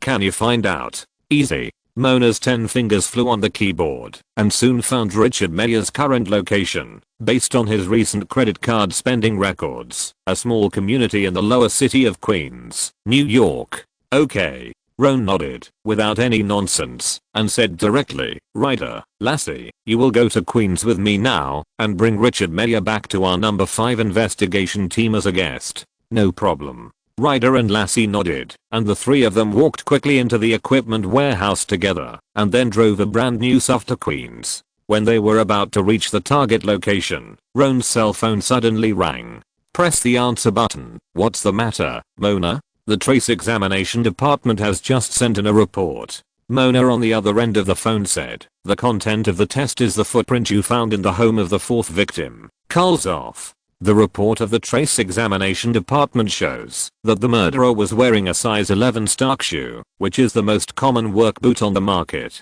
Not only that, the trace examination department also found some wood ash and small glass fragments that did not belong to that room and the carpet under the footprint." "Good." After parking the SUV on the side of the road, Roan said that he had learned about it, and then he and Lederis quickly moved to the door of the apartment where Richard Meyer lived with the Glock 18. If you're listening to this novel on a channel other than Fanfic World, it means they downloaded and uploaded it without effort. We cordially invite you to visit our channel, Mundo Fanfic Novelos. There you'll find the original version of this story and you can explore many other novels of various genres. We're waiting for you to immerse yourself in a world of incredible novels. Chapter 244 Cultists. Queens, New York. Outside an apartment in a certain community, Roan, Riyad, and Lassie were fully armed, holding weapons, standing at the door. After looking at each other, Roan counted down to 3, and then Riyad raised his foot and kicked the door hard. Bang. "FBI. Don't move," the three shouted, while quickly checking every room in the apartment, and then saw a young white woman wearing headphones and dancing to make dinner in the kitchen. The young woman turned her head and saw Roan and Riyad suddenly appear, as well as the Glock 18 in their hands, and was immediately startled and screamed, "We are the FBI." After checking all the rooms, Lassie came back and shook her head at Roan. Roan frowned slightly, pulled off the headphones on the woman's head, and asked, "Where is Richard Meyer?" "I don't know. He's not here." Slowly calming down, the young woman named Irene explained, "We have broken up for 2 months. Why are you looking for Richard?" "We suspect he is related to a serial murder case." Roan put away the Glock 18 and said in a serious tone, "Do you know where Richard Meyer is now? We need to talk to him. Or you can also explain why you have been using Richard Meyer's credit card." "What?" Hearing the word serial murder case, Irene took a breath of cold air, waved her hands repeatedly to indicate that those cases had absolutely nothing to do with her, and then explained everything. "I met Richard a year ago." Irene was a waitress working in a high-end restaurant. The two met when Richard took people there for dinner. At that time, Richard was very charming, and was also a factory owner, so Irene soon lived with him. Those toys were also bought together when they lived together. After all, Irene was young and had more tricks to play with, and Richard was also willing to try new things. Hearing this, Lassie and Ryder looked at each other. It seemed that their previous judgment was wrong. Richard was not a homosexual. Roan nodded calmly and continued to ask, "What happened next?" "Richard's factory went bankrupt afterwards." Irene sat on the sofa with a complicated expression on her face. "Richard was very upset at that time and started drinking. A month and a half ago, Richard suddenly sent me a message saying that he was leaving New York to relax, and then I never saw him again, only occasionally contacted him by message." The time point of a month and a half ago, and the two words sending a message made Roan's eyes narrow slightly, and he thought of a possibility. "You mean, since then, you have never had a verbal communication with Richard on the phone?" Irene seemed to have thought of something, swallowed her saliva and nodded, "Yes." Ryder and Lassie looked at each other and thought of a situation. Luo An asked directly, "Can you still contact Richard through text messages now?" "No." Irene shook her head, walked into the bedroom, and found a mobile phone, and said, "I sent him a message a week ago to ask when he would return to New York, but he never replied." "Fouquet." Ryder slapped his head and cursed, and Luo An took the phone and handed it to Lassie, saying, "Lassie, Take this phone back to the number 5 investigation team immediately and let Mona try to find out if she can use this phone to locate the location of Richard's phone at this time. Okay. After taking the phone and nodding, Lassie walked out of the apartment quickly, started the SUV, and returned to the number 5 investigation team. In the apartment, Ryder poured a cup of coffee for himself and Luo An, and poured another cup of coffee for Irene, and said in a deep voice, "Ms. Irene, I believe you have guessed Richard's possible state at this time. So I hope you can think carefully about what Richard said and did before he left you, and whether there is anything wrong with it." After taking the coffee, Irene's face was a little pale and her hands were shaking. After thinking for a long time, Irene shook her head. "I'm really sorry, Agent. I don't know what kind of abnormality you are talking about, because Richard was bankrupt at the time, and he has always been not right." "Then will Richard repeat certain words after drinking?" Luo An sat opposite Irene and slowly guided her. "For example, repeatedly scolding someone." "He does." Irene nodded. "He kept saying that he had misjudged people and trusted the wrong people." Riyad, who was sitting next to her, glanced at Irene. He knew who Richard was scolding. Luo An continued to ask, "Did Richard say what he was going to do? For example, revenge or something?" "No." Irene shook her head. "I didn't hear Richard say anything about revenge, nor did I hear what he was going to do. I only heard him say that this was God's punishment for him." "God?" Luo An's mind raced, as if he had discovered something. "Is Richard a Christian?" "Yes, Richard has always believed in Protestantism." Irene answered subconsciously, and then suddenly remembered something. Her body suddenly stiffened, turned her head and stammered, "Agent, I remembered something. After Richard went bankrupt, every time he sobered up from drinking, he drove to a church to confess. And Richard sent me a message saying that he also drank a lot of wine on the day he left New York, and I never saw those two cars again." "Very good, Irene. This is very useful information." Luo An's eyes lit up, and he hurriedly asked where the address of the church was. Ryder next to him also grinned and stood up straight. "Could it be that the pastor of the church did it? That church is in New Jersey." Erin found a Bible that was pressed under the bed. Inside was a bookmark with the address of the church on it. "Good." After taking the bookmark, Ron and Riyad immediately left the apartment and then took out their cell phones to call the SWAT team. On the one hand, they needed their help to arrest someone later, and on the other hand, the SUV of the number 5 investigation team was driven away, and Ron and Riyad needed someone to pick them up.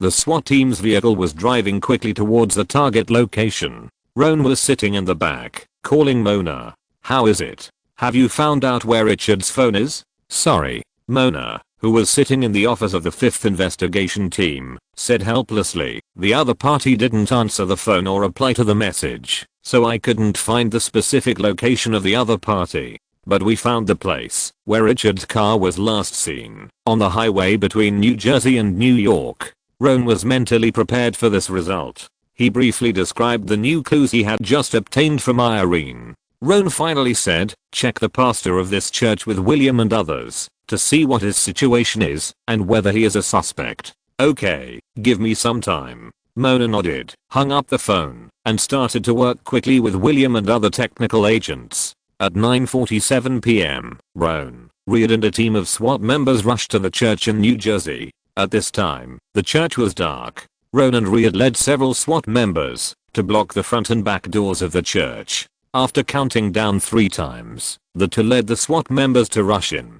Chapter 245: The Real Murderer and the Truth. However, this time, the way they entered the church was relatively gentle. They didn't kick or use bombs. Instead, a SWAT team member quickly pried the door open with a crowbar. There was no other way. The religious atmosphere in the Federation was very strong. Although Ron didn't believe in religion, there were still many religious people among the SWAT team members. FBI. Federal agent. Cover. Speed. Speed. After the door was pried open, a group of SWAT team members rushed into the church. Because there was no light, they used the flashlights in front of the muzzles to quickly check every room in the church. The stairs are safe. The lobby is safe. Ron and Ryder followed closely behind, and soon found a room where a pastor lived at the back of the church. After kicking the door open, Roan ignored Ryder's twitching mouth, broke into the room directly and quickly checked the situation inside. But unfortunately, the room was empty. A SWAT team member came over. There is no one in the whole church. Roan nodded and began to carefully observe the bedroom. The owner of the bedroom was very clean, and there was not a trace of dust in the corners of the bookshelf. Not only that, the things in the whole bedroom were also arranged very neatly. The documents on the table were perfectly stacked together. When the wardrobe was opened, the clothes and pants inside were also neatly stacked without even a wrinkle. When he opened the refrigerator and saw the food in it that was neatly arranged and classified, Reed was amazed. The obsessive compulsive disorder of the owner of this bedroom is probably not ordinary serious.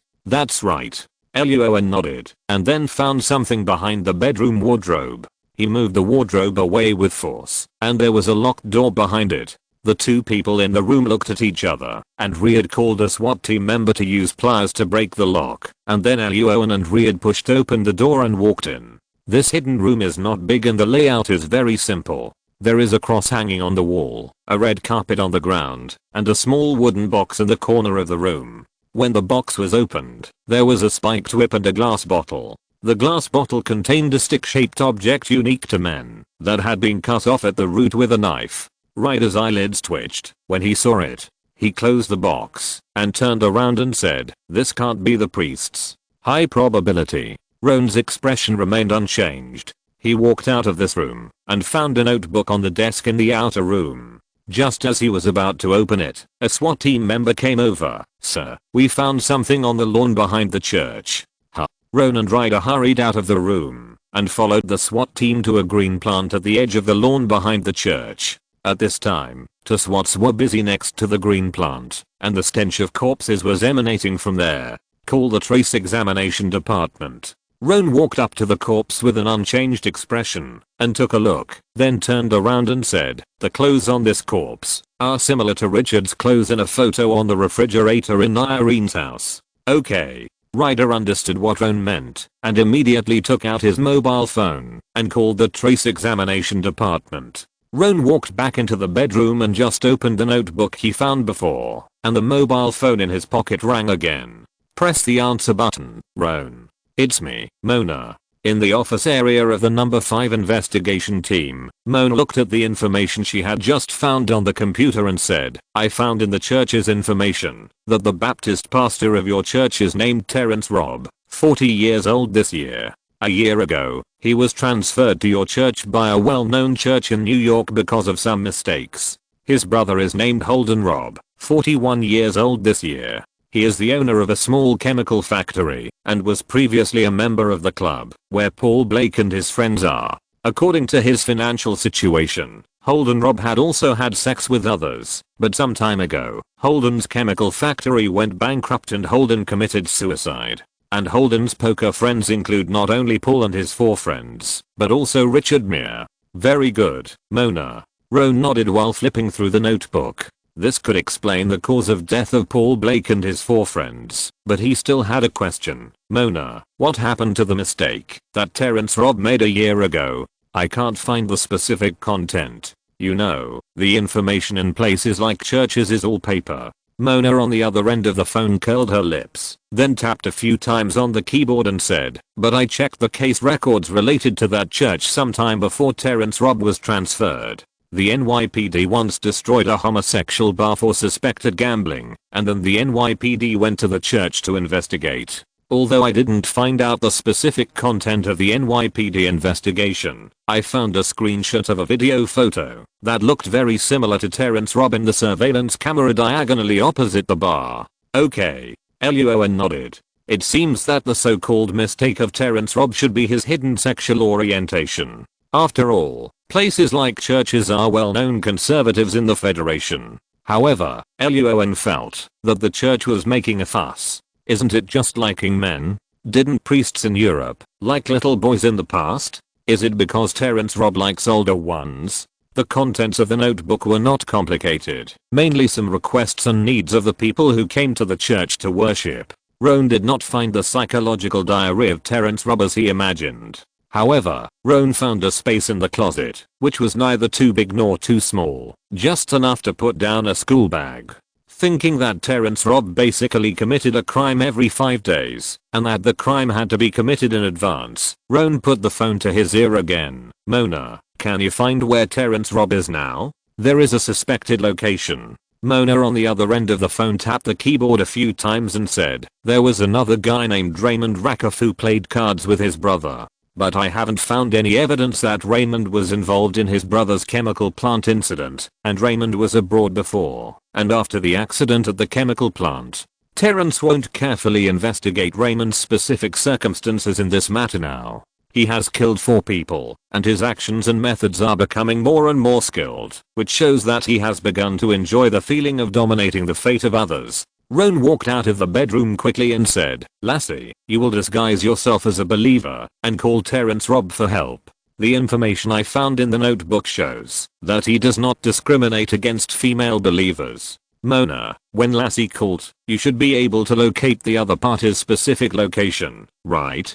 Although she doesn't show it often, Lassie, who comes from the intelligence department, is very skilled in disguising herself as other characters. Regarding this, Lassie explained that practice makes perfect. I don't know where she got the skill from. So when she heard Roan's words, Lassie agreed without thinking, and Mona crossed her hands and stretched forward, her fingers snapping. Believe me, as long as Terrence Robb answers the phone, I can find him. Good. Roan walked out of the church and got into the car with Ryder and several SWAT team members. Find the other party's location and send it to me immediately. No problem. 3 minutes later, everything was ready. Lassie sat next to Mona, took a deep breath, dialed Terrence Robb's mobile number and called him. Chapter 246 The end of the action and the late party. Lassie's disguise skills are very advanced, and she is very lifelike when she gets into the role. According to Roan's request, when Lassie called Terrence Robb,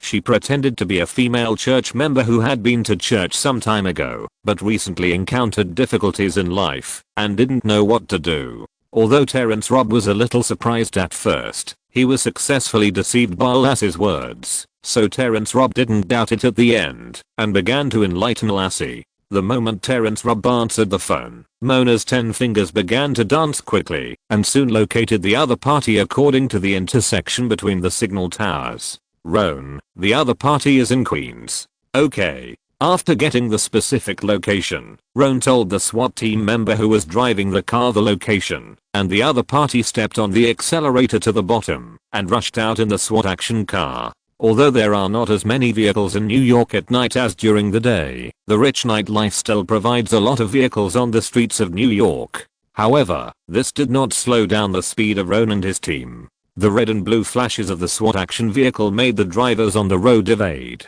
Being hit by the SWAT action vehicle is a small matter. If SWAT later accuses you of obstructing public service, it will be too troublesome. According to the location, Terrence Robb's location is not far from Raymond Rakoff's house. Roan and Ryder organized their weapons and quickly got out of the car. After arriving at the target location, Ryder, 1 person and 1 team, you left and I'll be right. Okay. A few blocks away from Raymond Rakoff's house, there are several 24-hour stores and movie theaters, etc., and there are a lot of people here at this time. Roan, Ryder and others walked in from the 2 entrances on the south and north of the street and unloaded some of the heavier equipment at the same time. They also put on a black coat over the bulletproof vests with the FBI written on them. Roan led a SWAT team member while walking, carefully observing the pedestrians on the road and the chairs on the roadside for people dressed. Not far away, Roan saw a middle-aged white man sitting on a chair next to a trash can,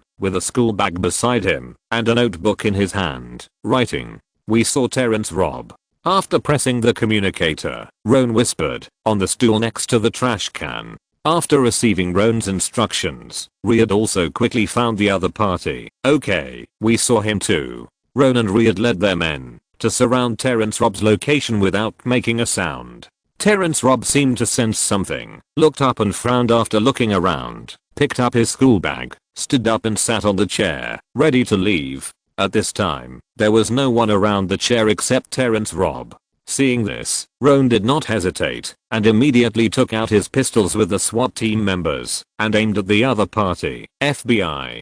Don't move. Terrence Robb's face suddenly changed, and he turned to run, but Ryder had already led two SWAT team members to block him. FBI. Don't move. Put down your school bag. The passers-by around this small area ran away at the same time when Roan took out his pistol and shouted, and Terrence Robb saw that he was completely surrounded, and his face suddenly became very ugly. I don't want this. After finding that he had no way to escape, Terrence Robb's face gradually became desperate. Swear to God, I really didn't mean it. Roan was in no mood to discuss this matter with the other party. Seeing Terrence Robb reaching into his school bag while talking, he shouted again, take your hands out of the school bag immediately, Terrence. But Terrence Robb did not stop, and even took out a pistol from it. Bang, bang, bang. The next second, after seeing the pistol, Roan, Ryder and others all pulled the trigger of their pistols at the same time. Several streams of blood flowed out, and Terrence Robb slowly fell to the ground. Slowly walking to Terrence Robb's side, Roan kicked the pistol on Terrence Robb's side away. Call an ambulance immediately. Okay. Ryder turned and left. He picked up the school bag and opened it. There was not only a knife and a few clothes inside, but also the notes that Terrence Robb had just written. After making the call, Ryder came back and saw the notes in Roan's hand and asked, what did you find? Some behavioral trajectories and personal information of Paul Blake and others, such as home addresses, license plate numbers, etc. Roan flipped through it casually for a few times, and then handed it to Ryder. There are also Terrence Robb's own thoughts and some revelations given to him by God. God will not let a man cut off his own things. Ryder curled his lips, flipped through the notes casually for a few times, and put it into the evidence bag. Indeed. Luo An nodded. After a moment, he saw the ambulance coming. He suddenly remembered something, and turned around, and asked with a smile, by the way, Reid, how do you feel about the city of Los Angeles? Reid. The next day. Because he was busy until the evening yesterday, Luo An didn't get up from the bed and drive to work until noon the next day. Then he stayed at his workstation and talked to the guys in the community and the computer for an afternoon, and soon it was time to get off work. At 8 o'clock in the evening, there was a barbecue restaurant called Blue Tuna near the Jacob Federal Building. It was a restaurant that the number 5 investigation team went to after Luo An was promoted to deputy team leader last time. Cheers. All the agents of the number 5 investigation team raised their glasses and cheered. After drinking the beer in the glass in one gulp, Augustus filled his glass again, then raised his glass and said loudly, everyone. The party tonight is not only because our number 5 investigation team won the collective medal, but also because we successfully solved a serial murder case. In these two things, one person contributed the most, and that is our deputy team leader Luo An. So, let's toast Luo An together. Cheers to Luo An. Everyone raised their glasses and clinked them with Luo An. Luo An raised his glass, winning the collective medal and solving the case are not my own efforts. It has always been inseparable from everyone's support. I toast everyone. Haha. Everyone laughed together, and the atmosphere of the party became much more lively. After drinking the wine and the glass, Reid and Mona took the steak and seafood to eat. Lassie ran away, and didn't know where she ran off to. It was probably because she fell in love with a waitress again. Luo An swallowed the oyster in his mouth, turned his head to look at Augustus, thought for a while, and asked in a low voice, Sir, regarding my transfer to Los Angeles next month, what are your plans for the future? The case solving rate of the number 5 investigation team was basically raised by Luo An alone. Augustus was not very good at handling cases. During this period, he has been in charge of logistics, mainly dealing with equipment funds and follow-up work of cases. If he left, the case solving rate of the number 5 investigation team. Augustus, who understood the subtext of Luo An's words, rolled his eyes at him, then patted Luo An on the shoulder and said, you don't have to worry about this, I have my own way. Seeing that Augustus' face was full of confidence, Luo An laughed and raised his glass to toast Augustus. The atmosphere of the party that night was very warm, but there is no banquet that will not end, and they still have to go to work as usual tomorrow. So more than an hour later, the agents began to go home. Luo An and Mona were just about to leave when Ryder suddenly came over and said that he had something to do. Chapter 247, Ryder's thoughts and harvest of Mona's father. In the parking lot next to the restaurant, Roan and Ryder walked behind the Chevrolet. Roan snorted, "What's wrong, Ryder?" "It's about switching work locations with the Los Angeles branch." Ryder hesitated for a moment and finally said in a deep voice, "Sorry, Roan, I want to stay in New York." Hearing Ryder's words, Roan's expression did not change. He immediately understood the reason why the other party made such a choice. "It's because of Ivan and your son, right?" "That's right." Ryder nodded. "If he went to Los Angeles, Ivan and his son must go with him. Long-term separation is not a good choice for either his wife or children. Besides, Ivan's relatives and friends are either in Texas or New York. The two of them don't have many acquaintances in Los Angeles. In addition, the child is of school age this year. If he changes to a new school and a new residence, the child's ability to adapt will also be a problem." "Okay." Roan patted his head. "Ryder is different from himself, Mona, and Lassie. Especially Lassie. When we were chatting before, she said that, unless the Federation legalized same-sex marriage, she would never give up the big forest outside, even if she was 90 years old." When Luo An heard this, he laughed. If he remembered correctly, in the middle of 2015 in his previous life, the federal Supreme Court issued a ruling that same-sex marriage was constitutional. At that time, Luo An would see if Lassie would give up the entire forest for a tree. Ryder is already in his 40s this year. He has a wife and children, and his family has a greater impact on him. Moreover, since Ryder was transferred from SWAT, his age problem also makes his promotion space not very large. Seeing that Luo An did not have any other emotions, Ryder breathed a sigh of relief. "Sorry, Luo An. No, I didn't think it through." Luo An shook his head. "Family culture is one of the most basic and distinctive cultures of the Federation. Ryder did this for his children, so he didn't have any dissatisfaction. But if you stay in New York, you'll be busy later."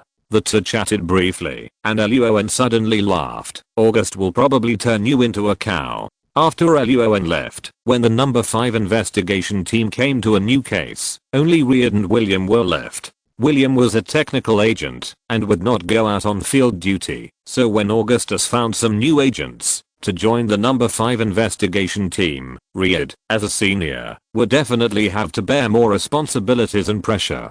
"But the new car of the number 5 investigation team also belongs to me." Riyad smiled. What man doesn't like cars, let alone the FBI's special SUV? Before, because he was in a hurry to solve the case and arrest people and Luo An was fast, Riyad couldn't get the driver's seat. But after Luo An left, that seat would naturally belong to Riyad. Luo An was speechless when he heard this. After he came to the number 5 investigation team, he had been driving an old car. He finally got the old car repaired and asked Augustus to buy a new car. As a result, he had to leave again before he had driven the new car a few times. After thinking for a while, Roan came to Ryder and whispered that Ryder could be a little indulgent when driving the new car in the future. Because in this way, when he returns to New York, Roan feels that he only needs to work a little harder to buy a new car. Ryder. In the next few days, Roan first told August and Verines about Ryder and then returned to his workstation to continue chatting with his friends in the computer forum, greeting each other, or greeting others together with each other.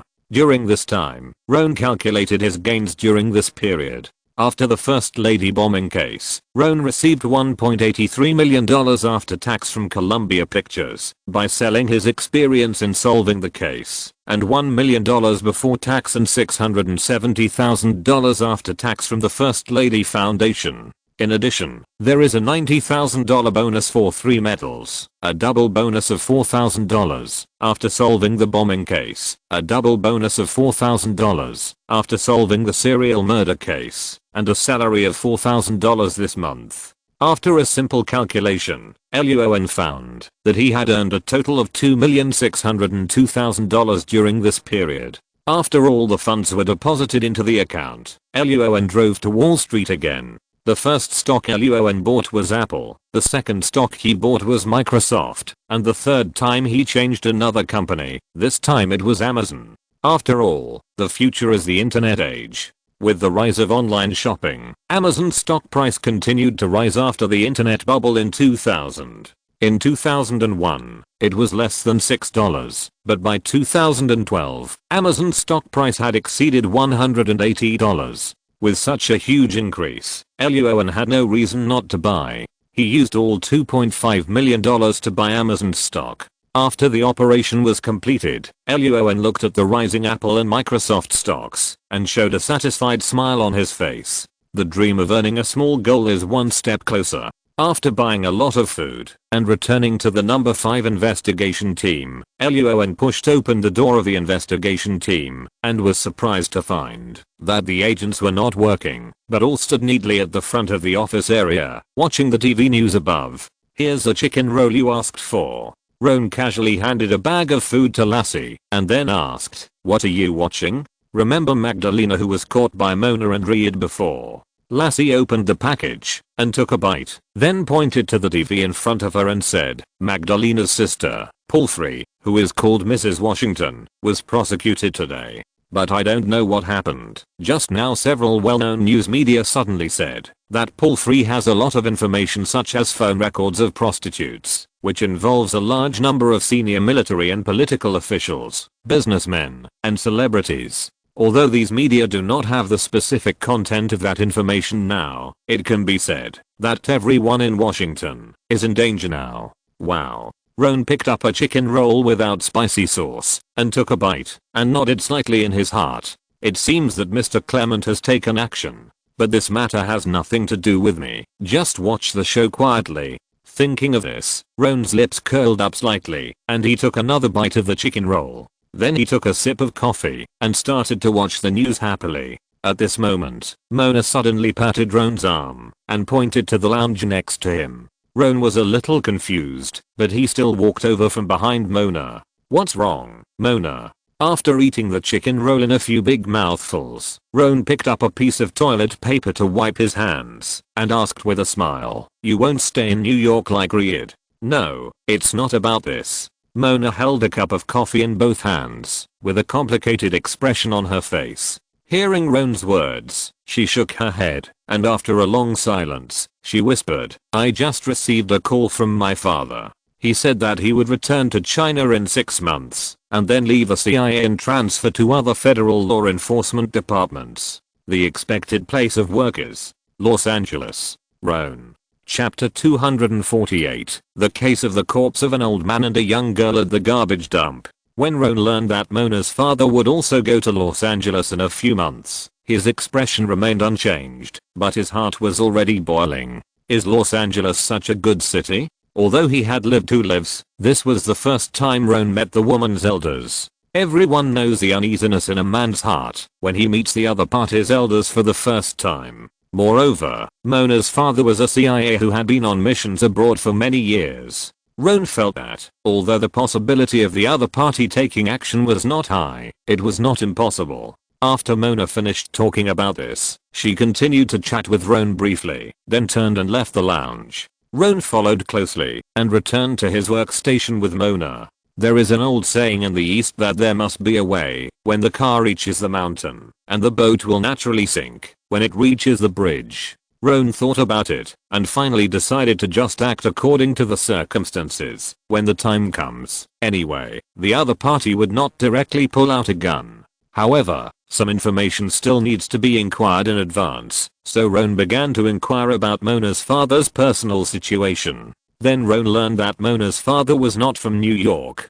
Before marrying Mona's mother, he had been living in Chicago. Chicago, the 3rd largest city in the Federation, is not only a financial and technological capital, but also famous for its title of Crime City. It is a city where a congressman once called for and proposed a ceasefire between 9 AM and 9 PM for people in Chicago. Luo An. This week passed quickly. On Saturday and Sunday, Luo An and Mona watched movies and went shopping. In the evening, they did some actions to exchange feelings and sweat, so time came to the Monday of the next week in the blink of an eye. Early in the morning, a group of detectives were chattering, while Luo An sat in a chair and emptied his mind, slowly accepting the reality of starting work again. Bang! Everyone. A new case has come. The door of the office area was pushed open with a bang, and August's iconic loud voice rang again. But when the detectives turned their eyes to August, they found that he did not hold the documents in his hand as usual.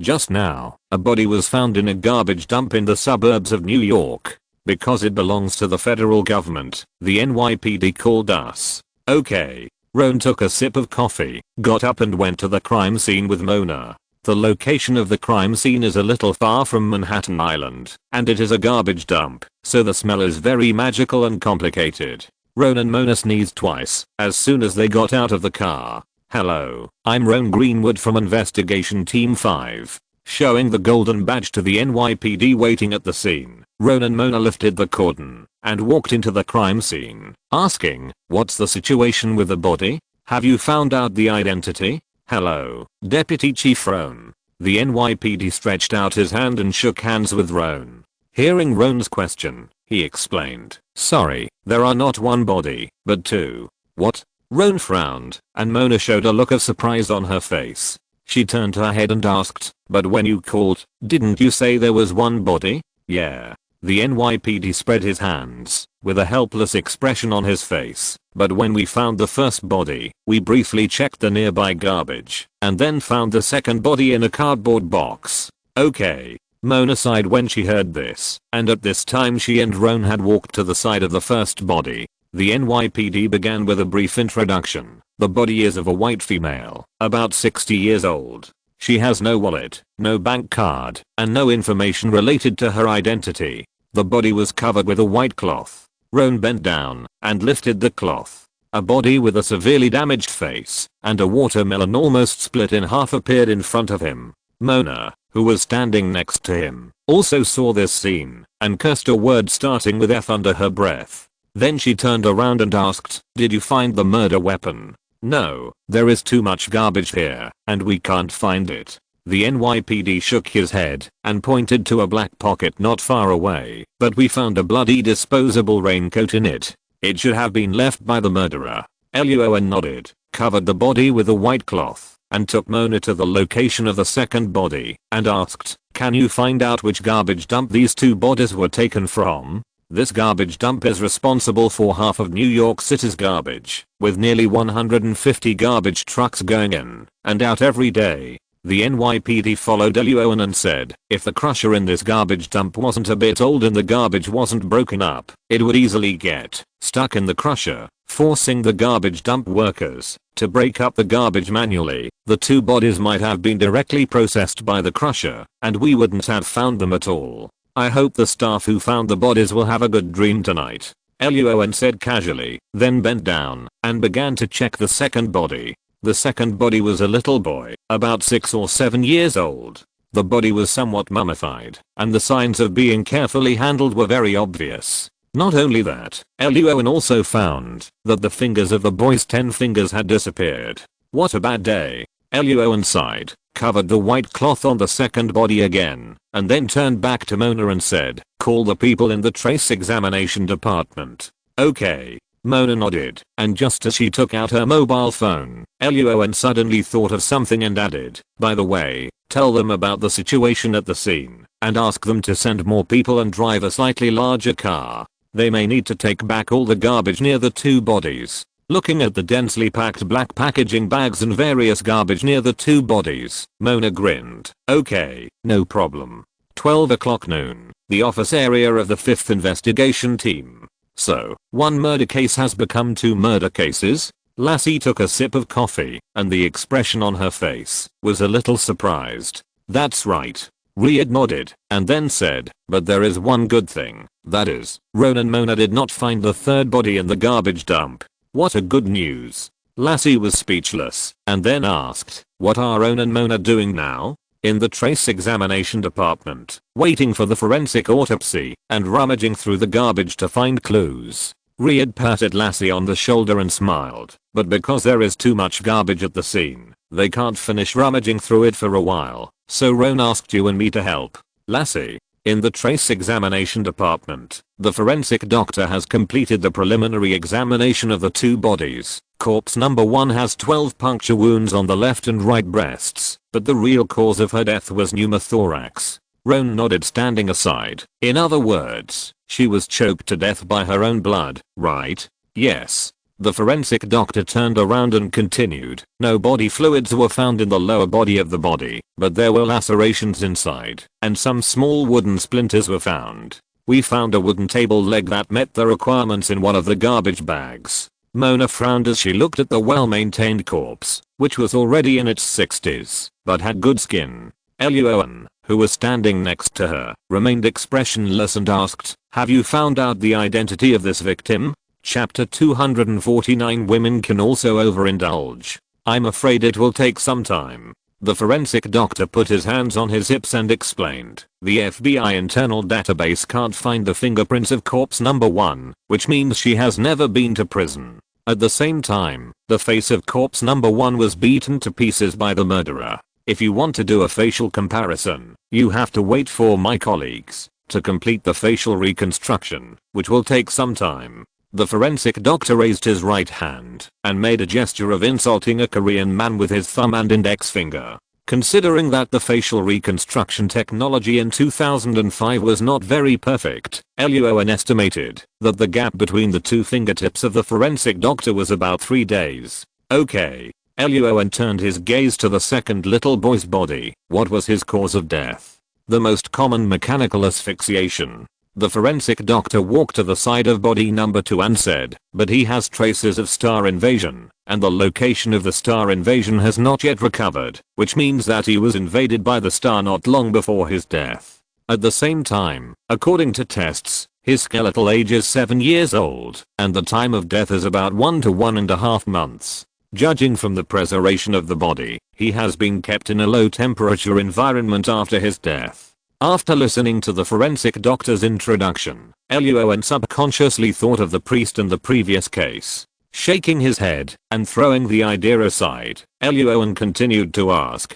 so, can the identity of the deceased number 2 be found out? Sorry, it can't be found out at the moment. Seeing the dissatisfaction on Luo An's face, the forensic doctor was also helpless, sighed and said, the 10 fingers of the corpse number 2 were cut off by the murderer, so there are no fingerprints, and because he was too young, there is no way to do facial comparison. But give us some time, my colleagues may be able to find the fingerprints of the murderer or the corpse on the box or clothes containing the corpse number 2. Mona's eyes showed a trace of disappointment when she heard this. Luo An frowned slightly, continued to chat with the forensic doctor for a few more words, and then turned to leave the autopsy room. Mona, go back to the 5th investigation team and check the surveillance of the garbage dump with William and others to see if you can find the garbage truck that transported the 2 bodies. If you find it, carefully check the route of the 2 garbage trucks and try to find the place where the bodies may have been discarded.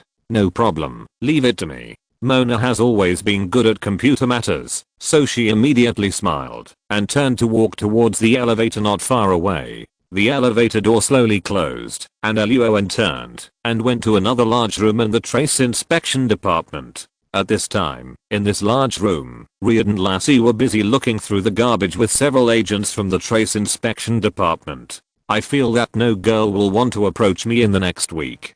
Throwing aside a bag of kitchen waste with an unknown yellow-brown liquid flowing out, Lassie said to Riad with a twitching face, this smell may last for a month on the skin. Then you can take a break for a while. Riad smiled and did not answer. Luo An, who pushed the door into the room, just happened to hear this, so he smiled and replied, don't think that you won't have the problem of excessive indulgence, because you are a woman. Be careful of some gynecological inflammation.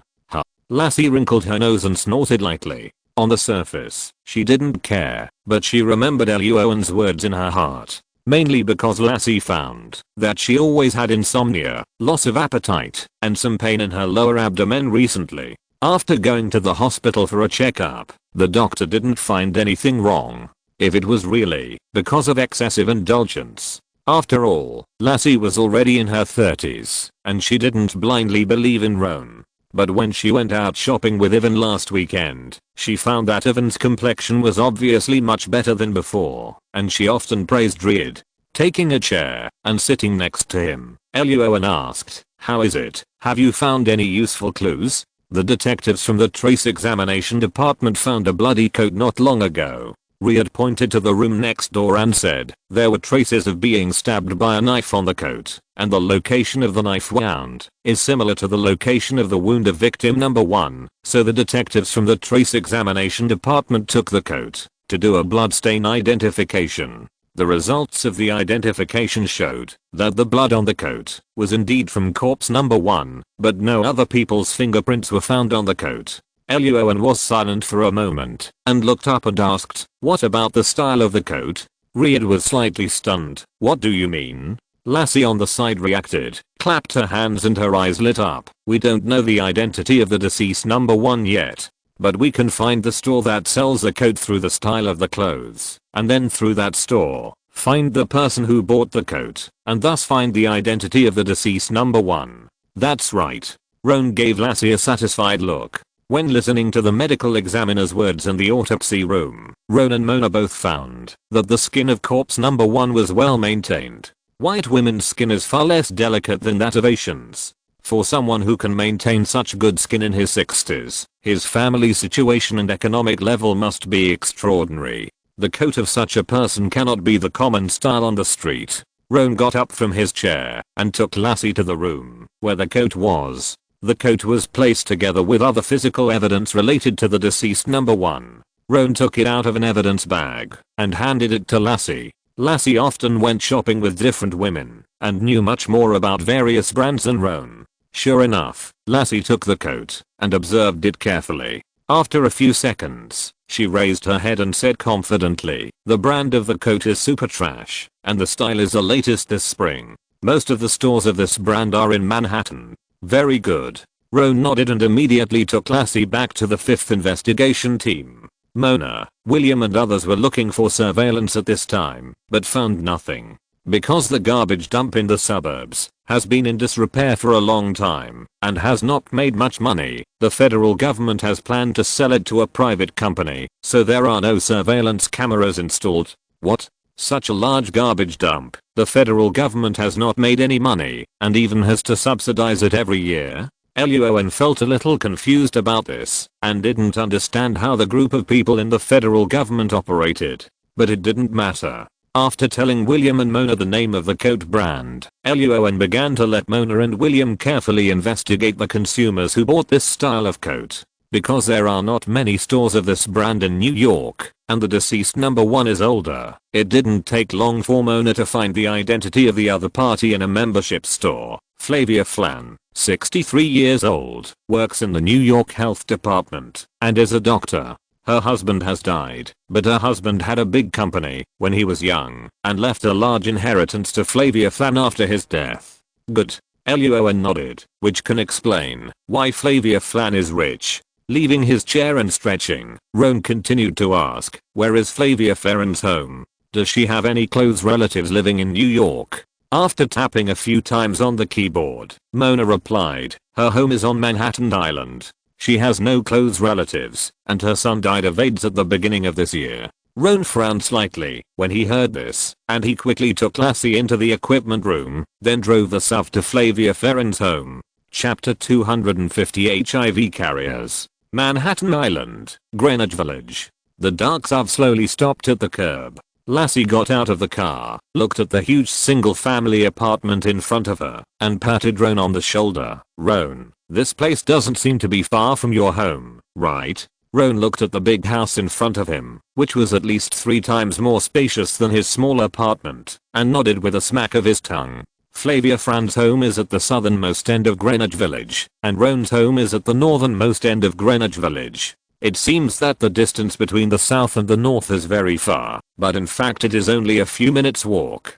2 trace examination agents followed closely behind and opened the door of Flavia Flan's home through technical means. Roan entered Flavia Flan's home and went straight to the study. Lassie went straight to the bedroom as usual. Roan opened his mouth when he saw this, but in the end he didn't say much. "I don't know if her lesbian nature will be activated again this time."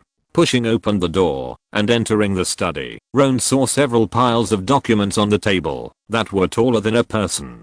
Luo An flipped through the folders and found that they were all cases and medical knowledge. Then he found a locked cabinet under the desk. He opened the cabinet calmly and found a thick folder inside. The folders were filled with personal information and photos of some people. Luo An carefully checked and found that the people in the folders had one thing in common, that is, they were all infected with AIDS. Seeing that in Flavia Fran's records, many people in the folders were infected with AIDS through sexual contact, and thinking about how he had been in contact with several women when he first came to this world, Luo An's face tightened, and he decided to go back to the hospital for a test. It wouldn't cost much anyway. Luo An, I found something. At this time, Lassie pushed open the door and walked in. Seeing that she only had a mobile phone in her hand, Luo An raised his eyebrows and asked, "What's the situation?" Lassie said that she found Flavia Fran's mobile phone in her bedroom.